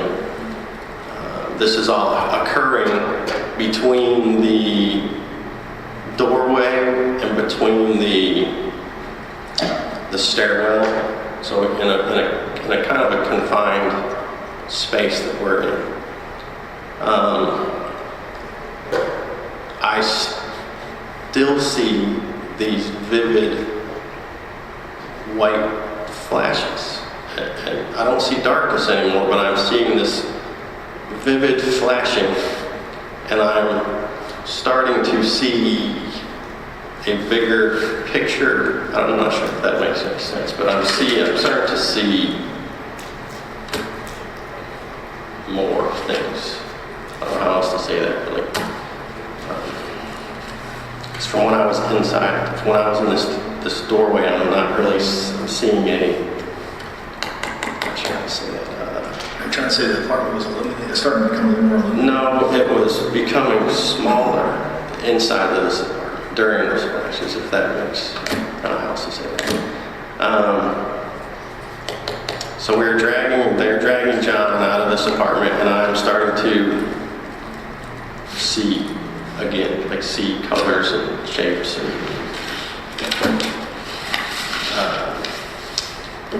So John is drugged behind some cars in the parking lot, and I must have taken a different route. We are now in the parking lot behind where cars are parked, pretty much right in front of the sliding glass door. I said, unfuck yourselves and reload, because I knew that I needed to do that. So I went ahead and reloaded while hiding behind this car. John is being attended to by folks.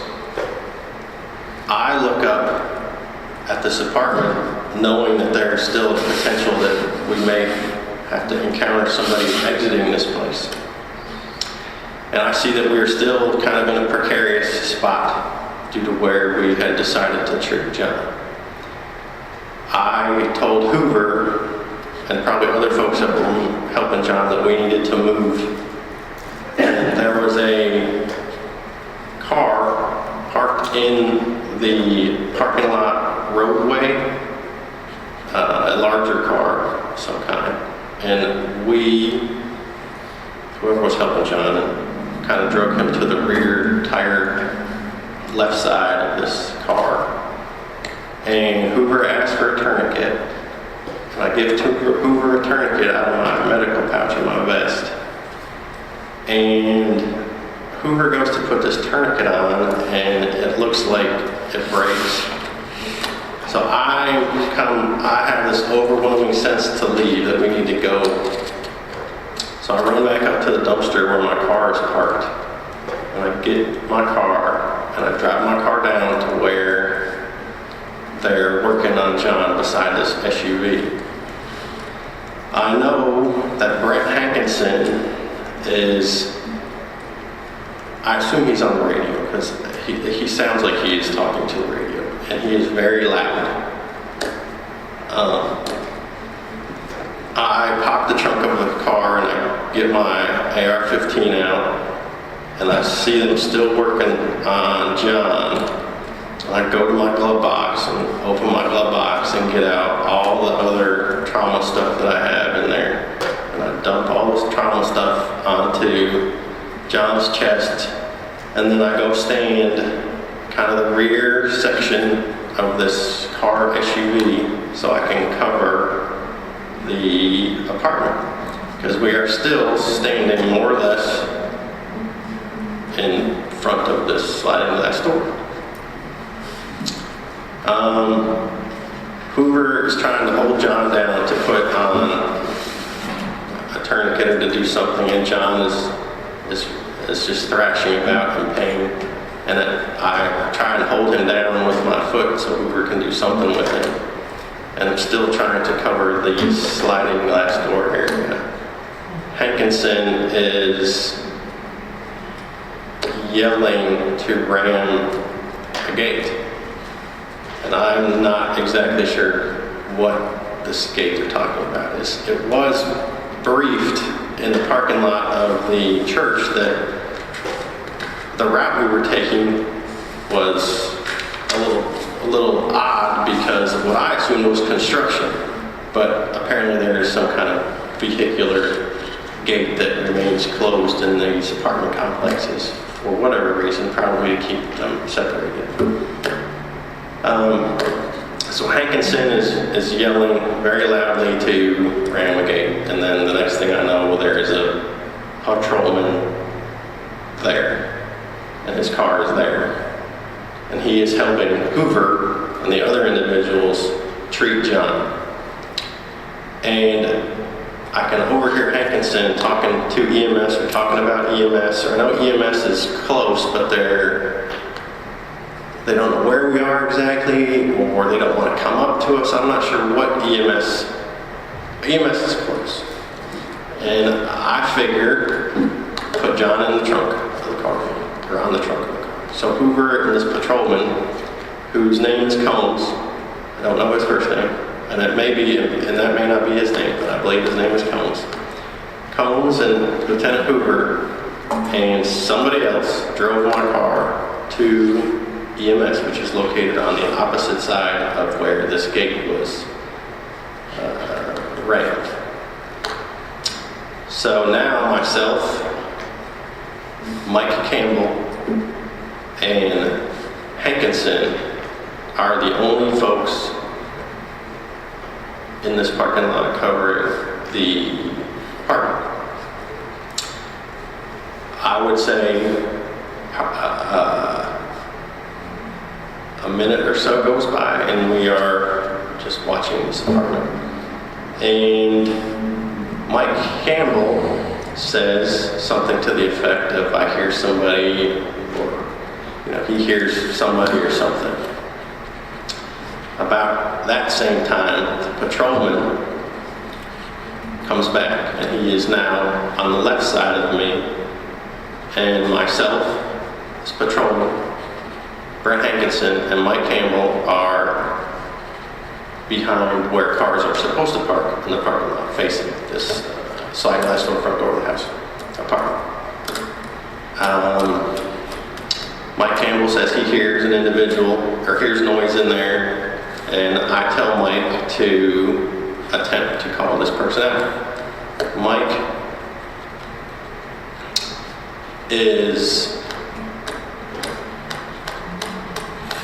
winded, would be a good word to use, and Brent Hankinson automatically takes control of calling this individual out, while myself, Campbell, and Combs are covering the doors of this apartment. I would say some time goes by, a minute or so, a minute or two goes by, and an individual, a male individual, comes out of the apartment. And my view right now is very limited due to the cars and due to the stairwell on the side of this house. So all I can see pretty much is a torso of a person. And this person is moving very, very slowly.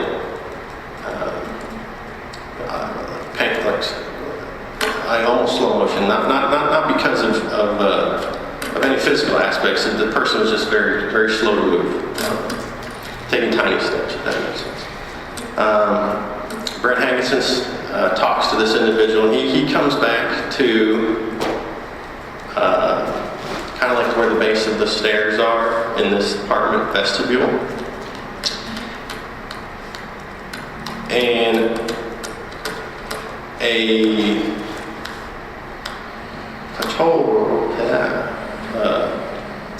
patrol dog is suddenly on my hip, and I can feel it breathing. And the canine officer goes over to Brent and kind of verbally takes over, giving commands to this individual. And when the canine officer gave commands, this person seemed to walk normally, I guess, or act naturally. I noticed that Lieutenant Hoover is back now. I don't know if he had left or he'd never left, but now Lieutenant Hoover is back, and I'm telling Hoover they're dealing with this person, and they're being very noisy, and we are still trying to cover this house. So I told Hoover to move him, get him out of here, because we can't we can't communicate with each other and still work this house due to how short we are of folks there. So the guys moved, and we continue to hold on this house. To my left, there's some kind of commotion. I tell some individuals that are close to me just to keep holding on this apartment, and whatever's going on to my left, they'll figure it out. I think we must have been there holding on this apartment for several minutes. And finally, SWAT shows up. Now during this gap of time, additional folks are coming. But as soon as SWAT shows up, they pretty much took over what was happening, and I kind of just stood in the rear of the bear, in the safe area. And then SWAT did their thing, and they came out and said, or at some point it was said that everything is safe. That's kind of it. When we're talking about the animal there, so when you said you kind of stood behind the bear, going on from there, did peer support make contact with you? What did you do at that point? Okay. I hadn't really thought about that. We're not going to talk about conversations. I'm saying his actions.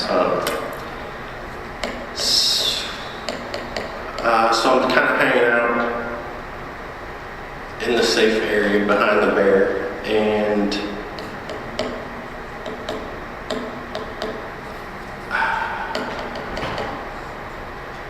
I'm not exactly sure what happened in that kind of time frame. At some point, I am.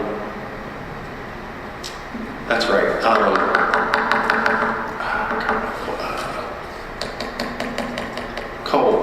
Cole from narcotics is staying there talking to me, and we just kind of walk around the parking lot. I think he's just there walking with me. So I'm just kind of walking in this parking lot, I guess, taking it in, or I guess that's what I do. Just walking in the parking lot with Cole. At some point, we are told to kind of go away. So you make contact with peer support, and then does peer support provide you transportation here at PIU? Yes, I'm not exactly sure when. Michael, I think his name is Michael. At some point, I came in contact with Michael, which was probably 10 minutes or so before Steve showed up, possibly. Right, so you ultimately end up being brought back to the PIU office. And yes. There was round counts and then photographs and all that. Correct. All right. Can we go into that? No, you're good. Sorry, Susan. We have some photos, apartment complex, that we just, we don't have a street level because Google doesn't have an actual street level. Yeah, so this is an overall of the scene location, and then we've actually labeled this apartment building where the incident occurred as subcategory A, if you will, and the gate that divides the two properties. And you said yourself, as the gate was here to make a clear division between this apartment living community and the one that was adjacent to it, and we labeled that B.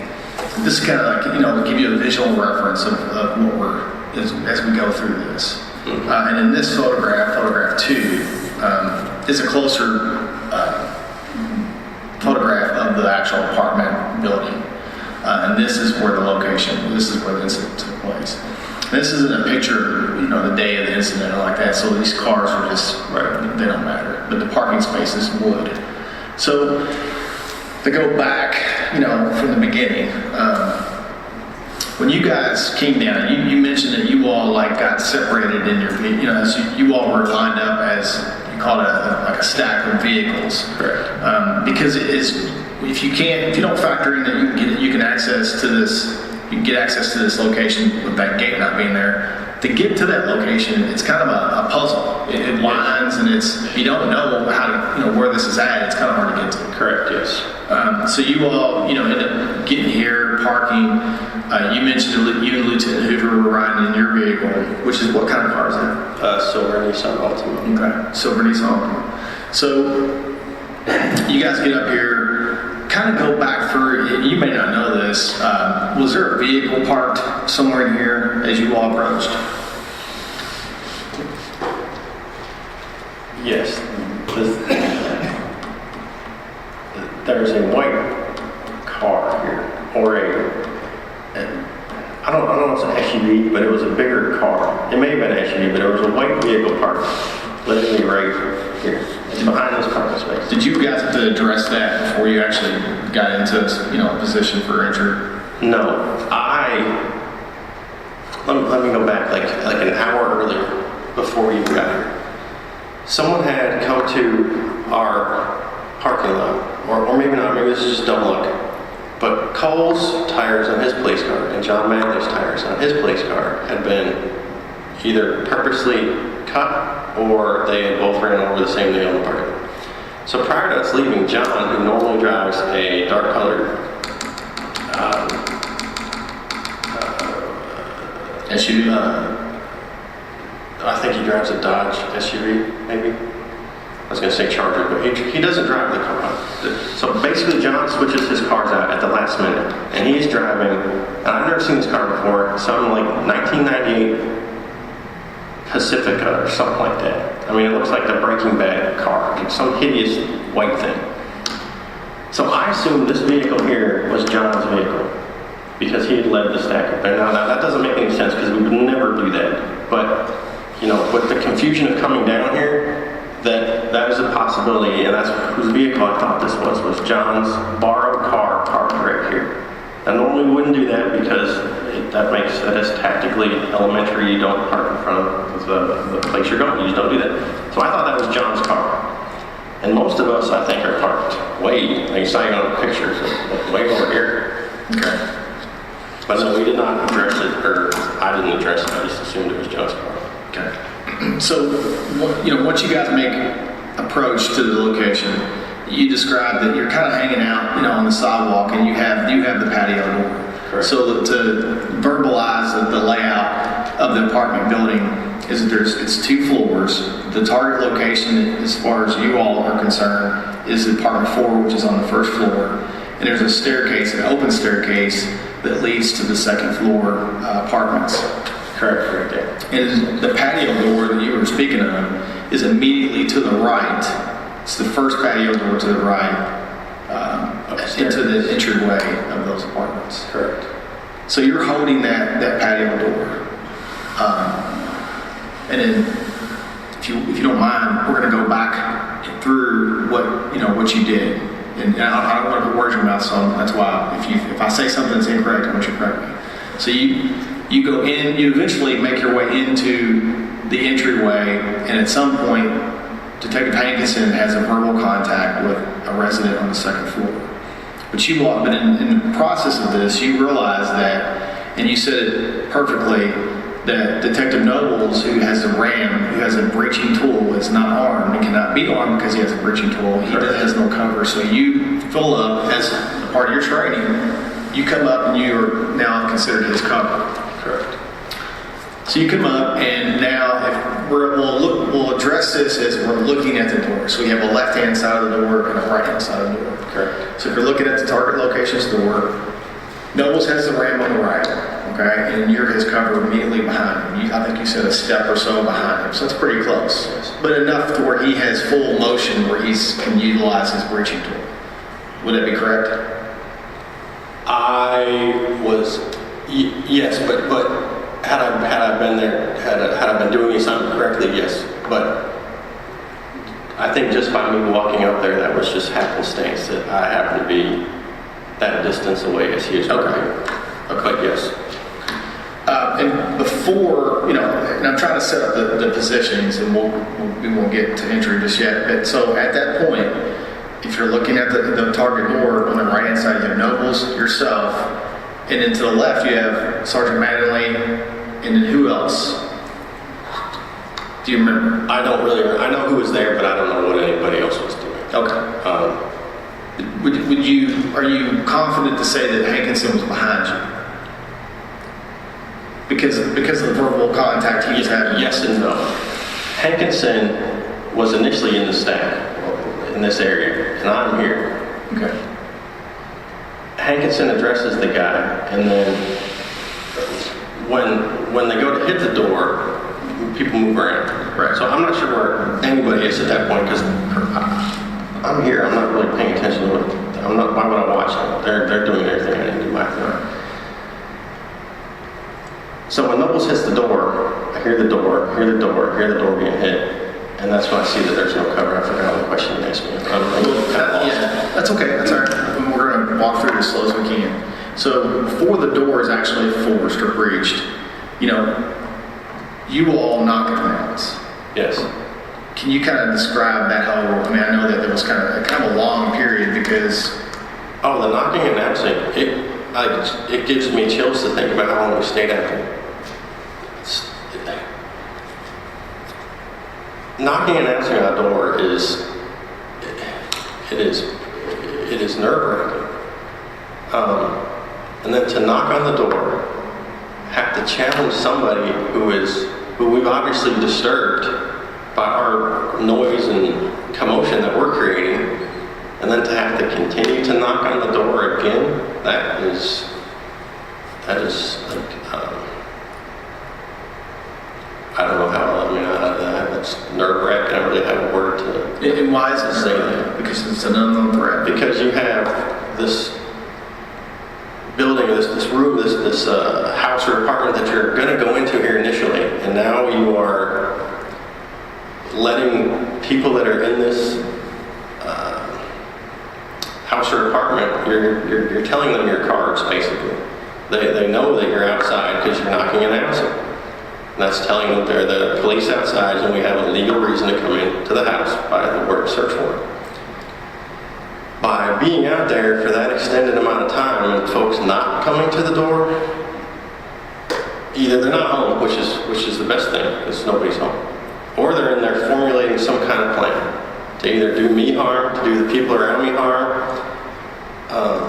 I mean, nobody cares if they're in there destroying evidence. That's really beside the point. It's that they're in there and they have this time to plan, to do something, and that is the nerve-wracking part. Is you're standing outside, you don't know what this plan is.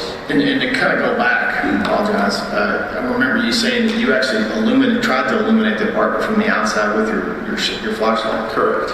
Which is, I'm assuming, one of the newer flashlights, which is very bright. It is not the newest one. It is the one that they gave us like 2 or 3 years ago. The baby brother of the new one, I guess. But it's not the old magnets. Oh, definitely not. Right. No. So there's an LED light bulb and yes, a light source. When you were here, before you moved up, could you see any light from the patio or the...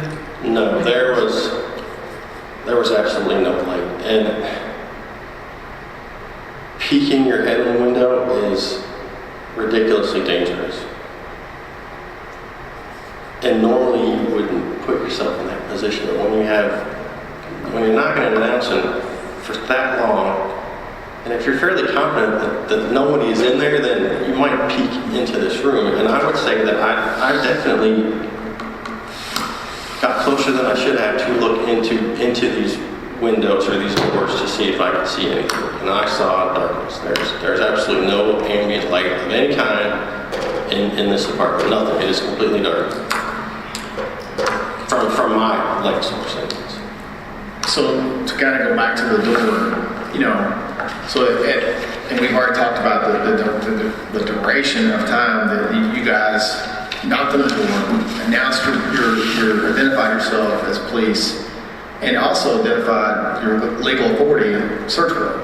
Correct. So, and at some point, Detective Hanson has verbal contact with the second floor resident. Do you remember anything about that, detail-wise? I just know that again, I'm still kind of far away. So I know Hankinson is saying, he used the word, "Sir, go back in your apartment," and they are both very loud. The resident and Hankinson are loud.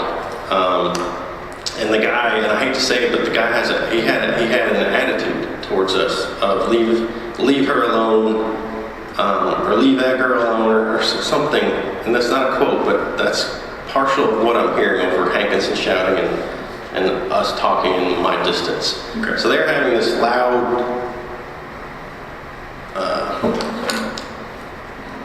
this loud talking back and forth that goes on for a a good while. And I don't know if he actually went back inside before we did our thing, but this went on for a while to where, you know, it just felt like we were out here forever we were just out there for a long time. So the decision's made eventually that you guys are going to make entry, that you're going to force entry. Correct. Which you had already been briefed on, and you were told that you had legal authority to do that. You had a warrant with you, right? Yes. To serve. Yes, correct. So you talked about Nobles hitting the door, and again, we'll talk about the left and right hand side of the door. Nobles is on the right hand side of the door, and he is, you know, utilizing the ram to breach the door. And at some point, the door is breached. Yes. And if you can, with detail, go back and kind of run us through that. And I know that, you know, something, you know, the best you can. I mean, I'm not expecting to be perfect. You know, just whatever you remember. So again, I'm standing in this, what I'll call like this T intersection right here, where the building and the sidewalks come together. Because my ultimate job is to stay outside and watch the store, even when these folks go in the house. That's my job. And again, I see Nobles from this distance that he does not have a covered person on the right side of the door. And I'm not exactly sure where everybody else is. I assume they're on the left side of the store, but I see Nobles does not have cover because he has a heavy tool in his hand and cannot protect or defend himself or the other folks that are with us. The door is hit once, and I see the door bow, and that is probably when I realized that it is now my job, because, you know, watching this door can be left alone for a second because Nobles is in need of a cover person. And I always try to find a job to do while doing these things, and that was the most important job that I saw that needed to be taken care of, was to go be Nobles' cover. So Nobles hits the door again as I am fast walking to Nobles. So now I'm fast walking towards the right side of the door.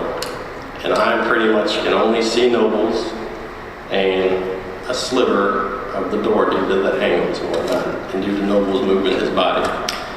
Nobles hits the door a third time. The door is hit probably a fourth time. The door opens on the third or fourth hit, and at that time I am a half step or a step behind Nobles, more or less the spot that person should have been in the first place. So the door is open. Nobles has to obviously get out of the way, and we call it cover one and cover two. So I'm the cover two person. And I mentioned what we call first light. First light is whoever can see into a room first. So, not to stop you, but I wanted to kind of explain that. So if you're looking at that door, the hinge is going to be on the left-hand side, and the door would open from right to left. Would that be correct? No, the hinge is on the right side. Are you sure? That's the side of the door Nobles was standing on, so you would normally hit this side of it. Would you hit on the hinge, or would you hit it on the actual knob? You would hit it around the knob area. Right. So what I mean by the hinge, I mean like what? Oh, yes. What the pivot's off of. Yes. That's what I thought you meant. The pivot is on the left side of the door where most of the folks have stacked up. That is probably where I would have stood too. Right. So the door opens from right to left. Yes. Which, as you said, and it is very correct, that the person on the left-hand side would have first light. That means he would have the most tactical position for entry. Yes. And your job is to fill in to cover two, which would be the second person's. Yes, and to communicate with the cover one person if I see something that he doesn't see. But due to the door and due to my body position, having to kind of hurry up there.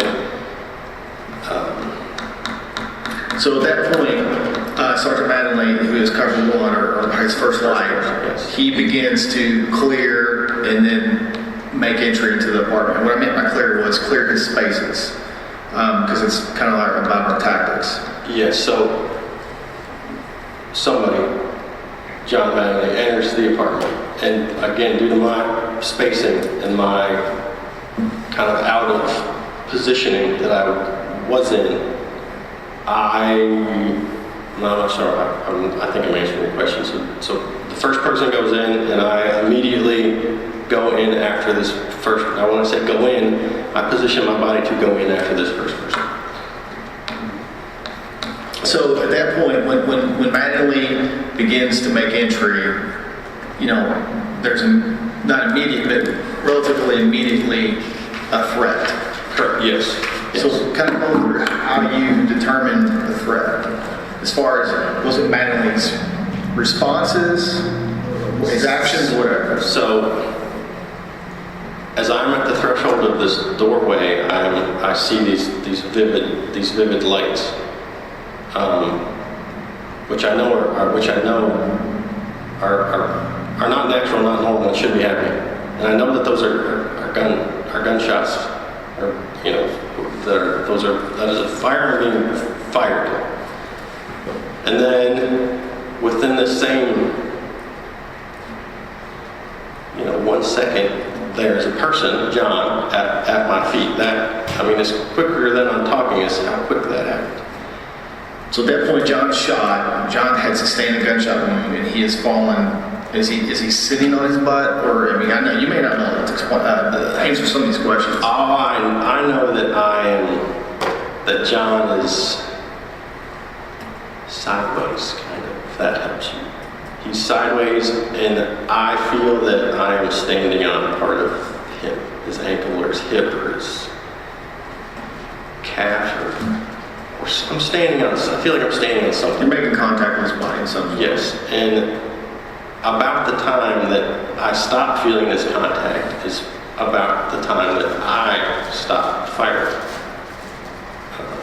But again, that happened in like 2 seconds. So from I know what, you know, this is the way these things occur. So John goes to make entry to the apartment. There's a threat. He perceives it. He's shot. He fires. And is it? And again, I can't answer for you. I want you to tell me. Do you perceive it in the same? I mean, I don't want to say milliseconds, but in just a very short period of time, and you guys are almost firing at the same time, or is it? I don't know. I just see this flash, this vivid flash, and this distorted, shadowy figure. And I thought this would come back to me, and that's all I see is this distorted, shadowy figure, and these flashes, which are obviously a gun being fired. But you knew that John had been shot. Yes, I knew that clearly, that John had been shot. Okay. So the figure you're seeing, is it in the figure is in the apartment in front of me. Now, I assume I'm in the threshold of the door, so it would probably be in front of me. But then again, that is not. You know, you've got 15 years on as law enforcement, and you know, in your experience as law enforcement, what's one of the first things that you lose under a stressful situation? Fine motor skills, would you say? Everybody. I have experienced it a few times, but not to this severity.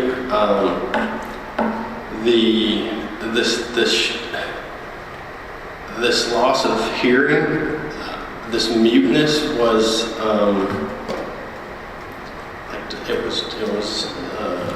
debilitating. It was disturbing. It wasn't real. And then this shadowy figure it's shrinking, if that makes sense. And it doesn't make sense to me, but the world is becoming really vividly black and white. You having like tunnel vision? Does that? That would be a good word. I'm having this tunnel vision. So your view is becoming smaller? Yes, my view is becoming like a periscope or binoculars kind of view. Believe it or not, it's common. It really is. I know it's disturbing and kind of when you're coming back and you're thinking about it, but it is common. And the fine motor skills you talk about, I did not have any hand sensation in my hands. I mean, we've all fired weapons here, and you know that they have a distinct feel to it. And I did not have any hand sensation or any recollection that I'm firing a a gun. If you told me I didn't fire a gun, I'd be like, okay, I believe you. But due to the fact that those flashes were happening, that is why I believe that there is gunfire. So at some point, Mattingly's discharged his weapon, you've discharged your weapon, and Mattingly is still in a position to be, and you yourself, Yes, we are standing. I am in the doorway. John is more or less, John is in the doorway. He may not be standing under the doorway, but he is in the doorway. We are in the most vulnerable position we can be in, is in this doorway, exposed to whatever is happening everywhere. We have stopped all of the people behind us, the other policemen, from coming in because we have now constricted this doorway because we are standing there. So the only places for me and John to go is either go forward, which makes no sense at all, or to go backwards. And to go backwards over a person that is obviously underneath you is not something I would want to do. So to kind of go back there, and like I said, if you don't remember, just say you don't recall, because I don't want to try to put the words in. Right. So, at that point, you're still in that, what we consider the fatal fall. Yes.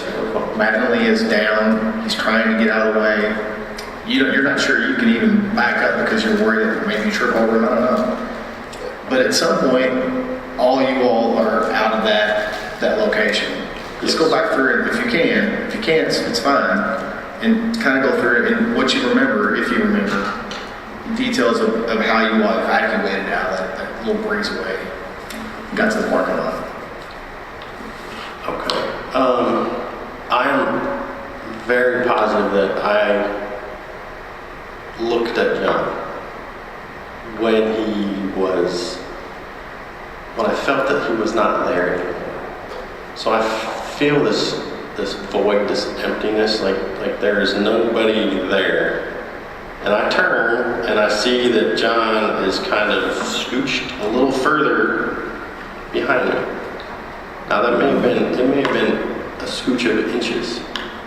And that's when I had an unconscious decision to move, because John is obviously in the right direction to go now. I really can't expand on that because it happened so quickly, but I sensed that it was time to go. And so, go. I don't really remember doing much in the vestibule area there. I don't remember touching John until we kind of got to maybe this area here. And that was briefly because we couldn't all squeeze through the cars there. I know when I got to when I'm still in the vestibule there's still flashing happening, but my vision is expanding. And I think you may at the tunnel vision, my vision is coming back to normal and I can see colors. What are you seeing? I'm seeing what I'm supposed to be seeing. I'm seeing the stairwell, I'm seeing the concrete, I'm seeing John shuffle and push himself and people grabbing him. I see Mike Campbell on his ass. I don't know if that makes sense, but Mike Campbell is on the ground, maybe. And then this is still kind of as I'm in this confined space here.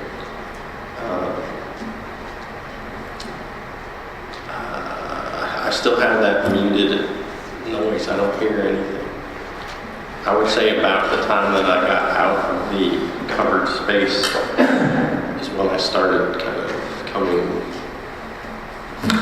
back into it. I'm sure there's a scientific word for it, but I don't know what it's called. And at that point, once you evacuate yourself and the rest of the team out to the parking lot, other than like providing a tourniquet and first aid and stuff like that, your primary position was the cover position for the officers that were providing that. Yes, I would say so. There was people that you gotta find a job. People were working on John, so my job would be to make sure that there's no more danger from this building. And the positioning was not secure because you all were immediately outside the windows. So we would have been more or less in this area here, and that's when I said we need to move again we were still in a precarious spot, but at least we had distance and 2 cars between us and at the windows. From the time, and again, you may not be able to answer this, from the time that you start to move from the breezeway or the opening, do you hear shots or you don't hear shots?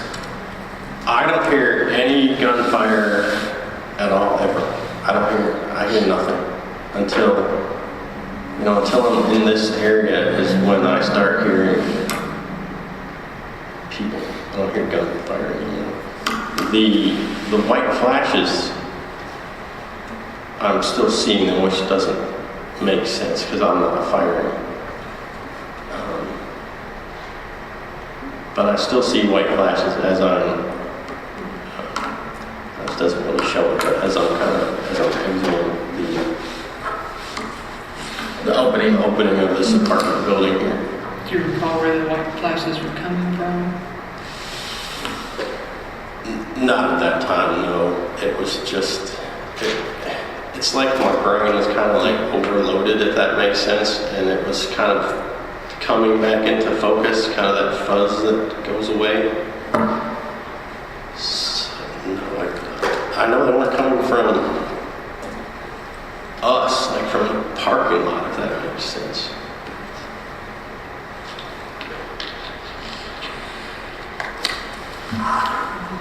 To your knowledge, was the scene altered in any way? Did you guys have to, what I meant by this, did you guys have to manipulate anything that you would consider evidence? Oh, no, I never went back. Well, even the exterior, like we would consider the whole thing as... No, now, some things would have gotten kicked around, obviously, but nothing was disturbed or picked up or thrown away or that I know. I didn't do anything. And as you stated, you stayed on scene until SWAT secured the location? Yes, and then probably until Steve showed up 20 minutes, 15 minutes later, so. Or longer, my time was kind of disturbed for that and stuff. Are there any questions we have not asked you or any other information you have that may be beneficial to this case? I don't think so, no. Is there anything you want to state for the record before we end? Is everything you told me the truth to the best of your knowledge? Yes, ma'am, please. I just have one question, not about that you covered this adequately, but just to make sure that it's clear. At the time you were in that doorway with Mattingly, did you have any question in your mind that your response were in danger? Absolutely not. I knew for a fact that we were in danger of being killed or seriously injured. That's all the questions I have. Conclude. Time is 15 minutes. Any questions? Yes. Very beginning it says it was soft something. What does that mean? Soft target. Yeah. I think when they're using it, they didn't believe that there was a danger there. It was going to be a relatively.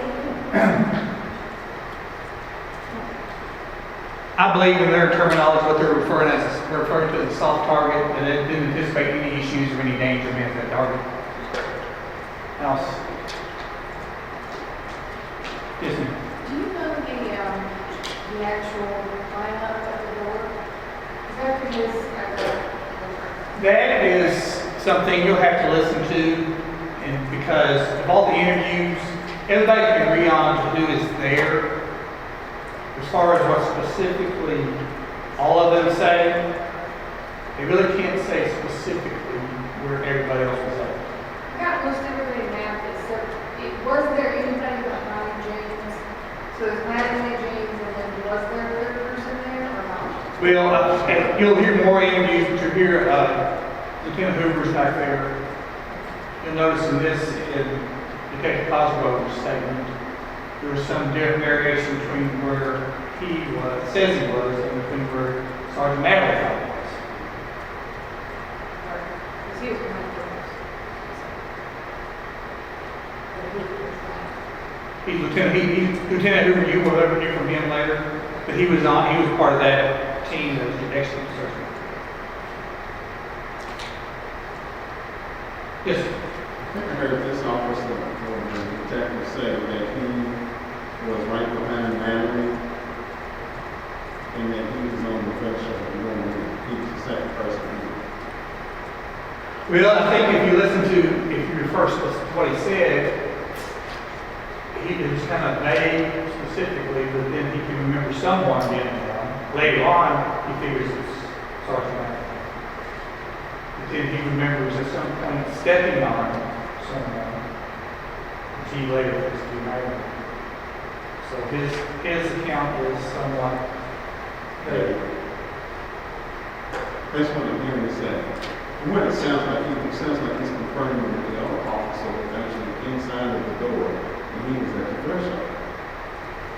Well, like I say, I can't speak to specifics, but as far as whether he's this far in or his vehicle right here, you can only go with what their testimony.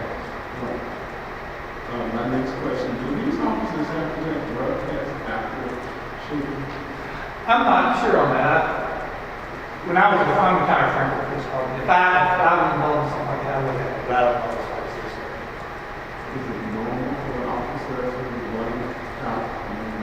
You know, that's something as officers, detectives, you don't want to judge, I'm not going to judge, but it is not uncommon you hear reports that say the people, not just officers, people involved in stressful situations, losing fine motor skills, or I think somebody referred to tunnel vision. I'm not saying that's what he is experiencing, but somebody brings it up. That's not uncommon. I just find the shooting people, car accidents, talks about traumatic event. I don't know, one other question. Previous officer said that when we entered there, and it was pitch black, there was some lights. And then we started to see something. But other than that, there was no lights. Well, that's kind of consistent, I think, but what we've heard so far. That's all I said. Oh, right. Wait for a break. Please stop the record.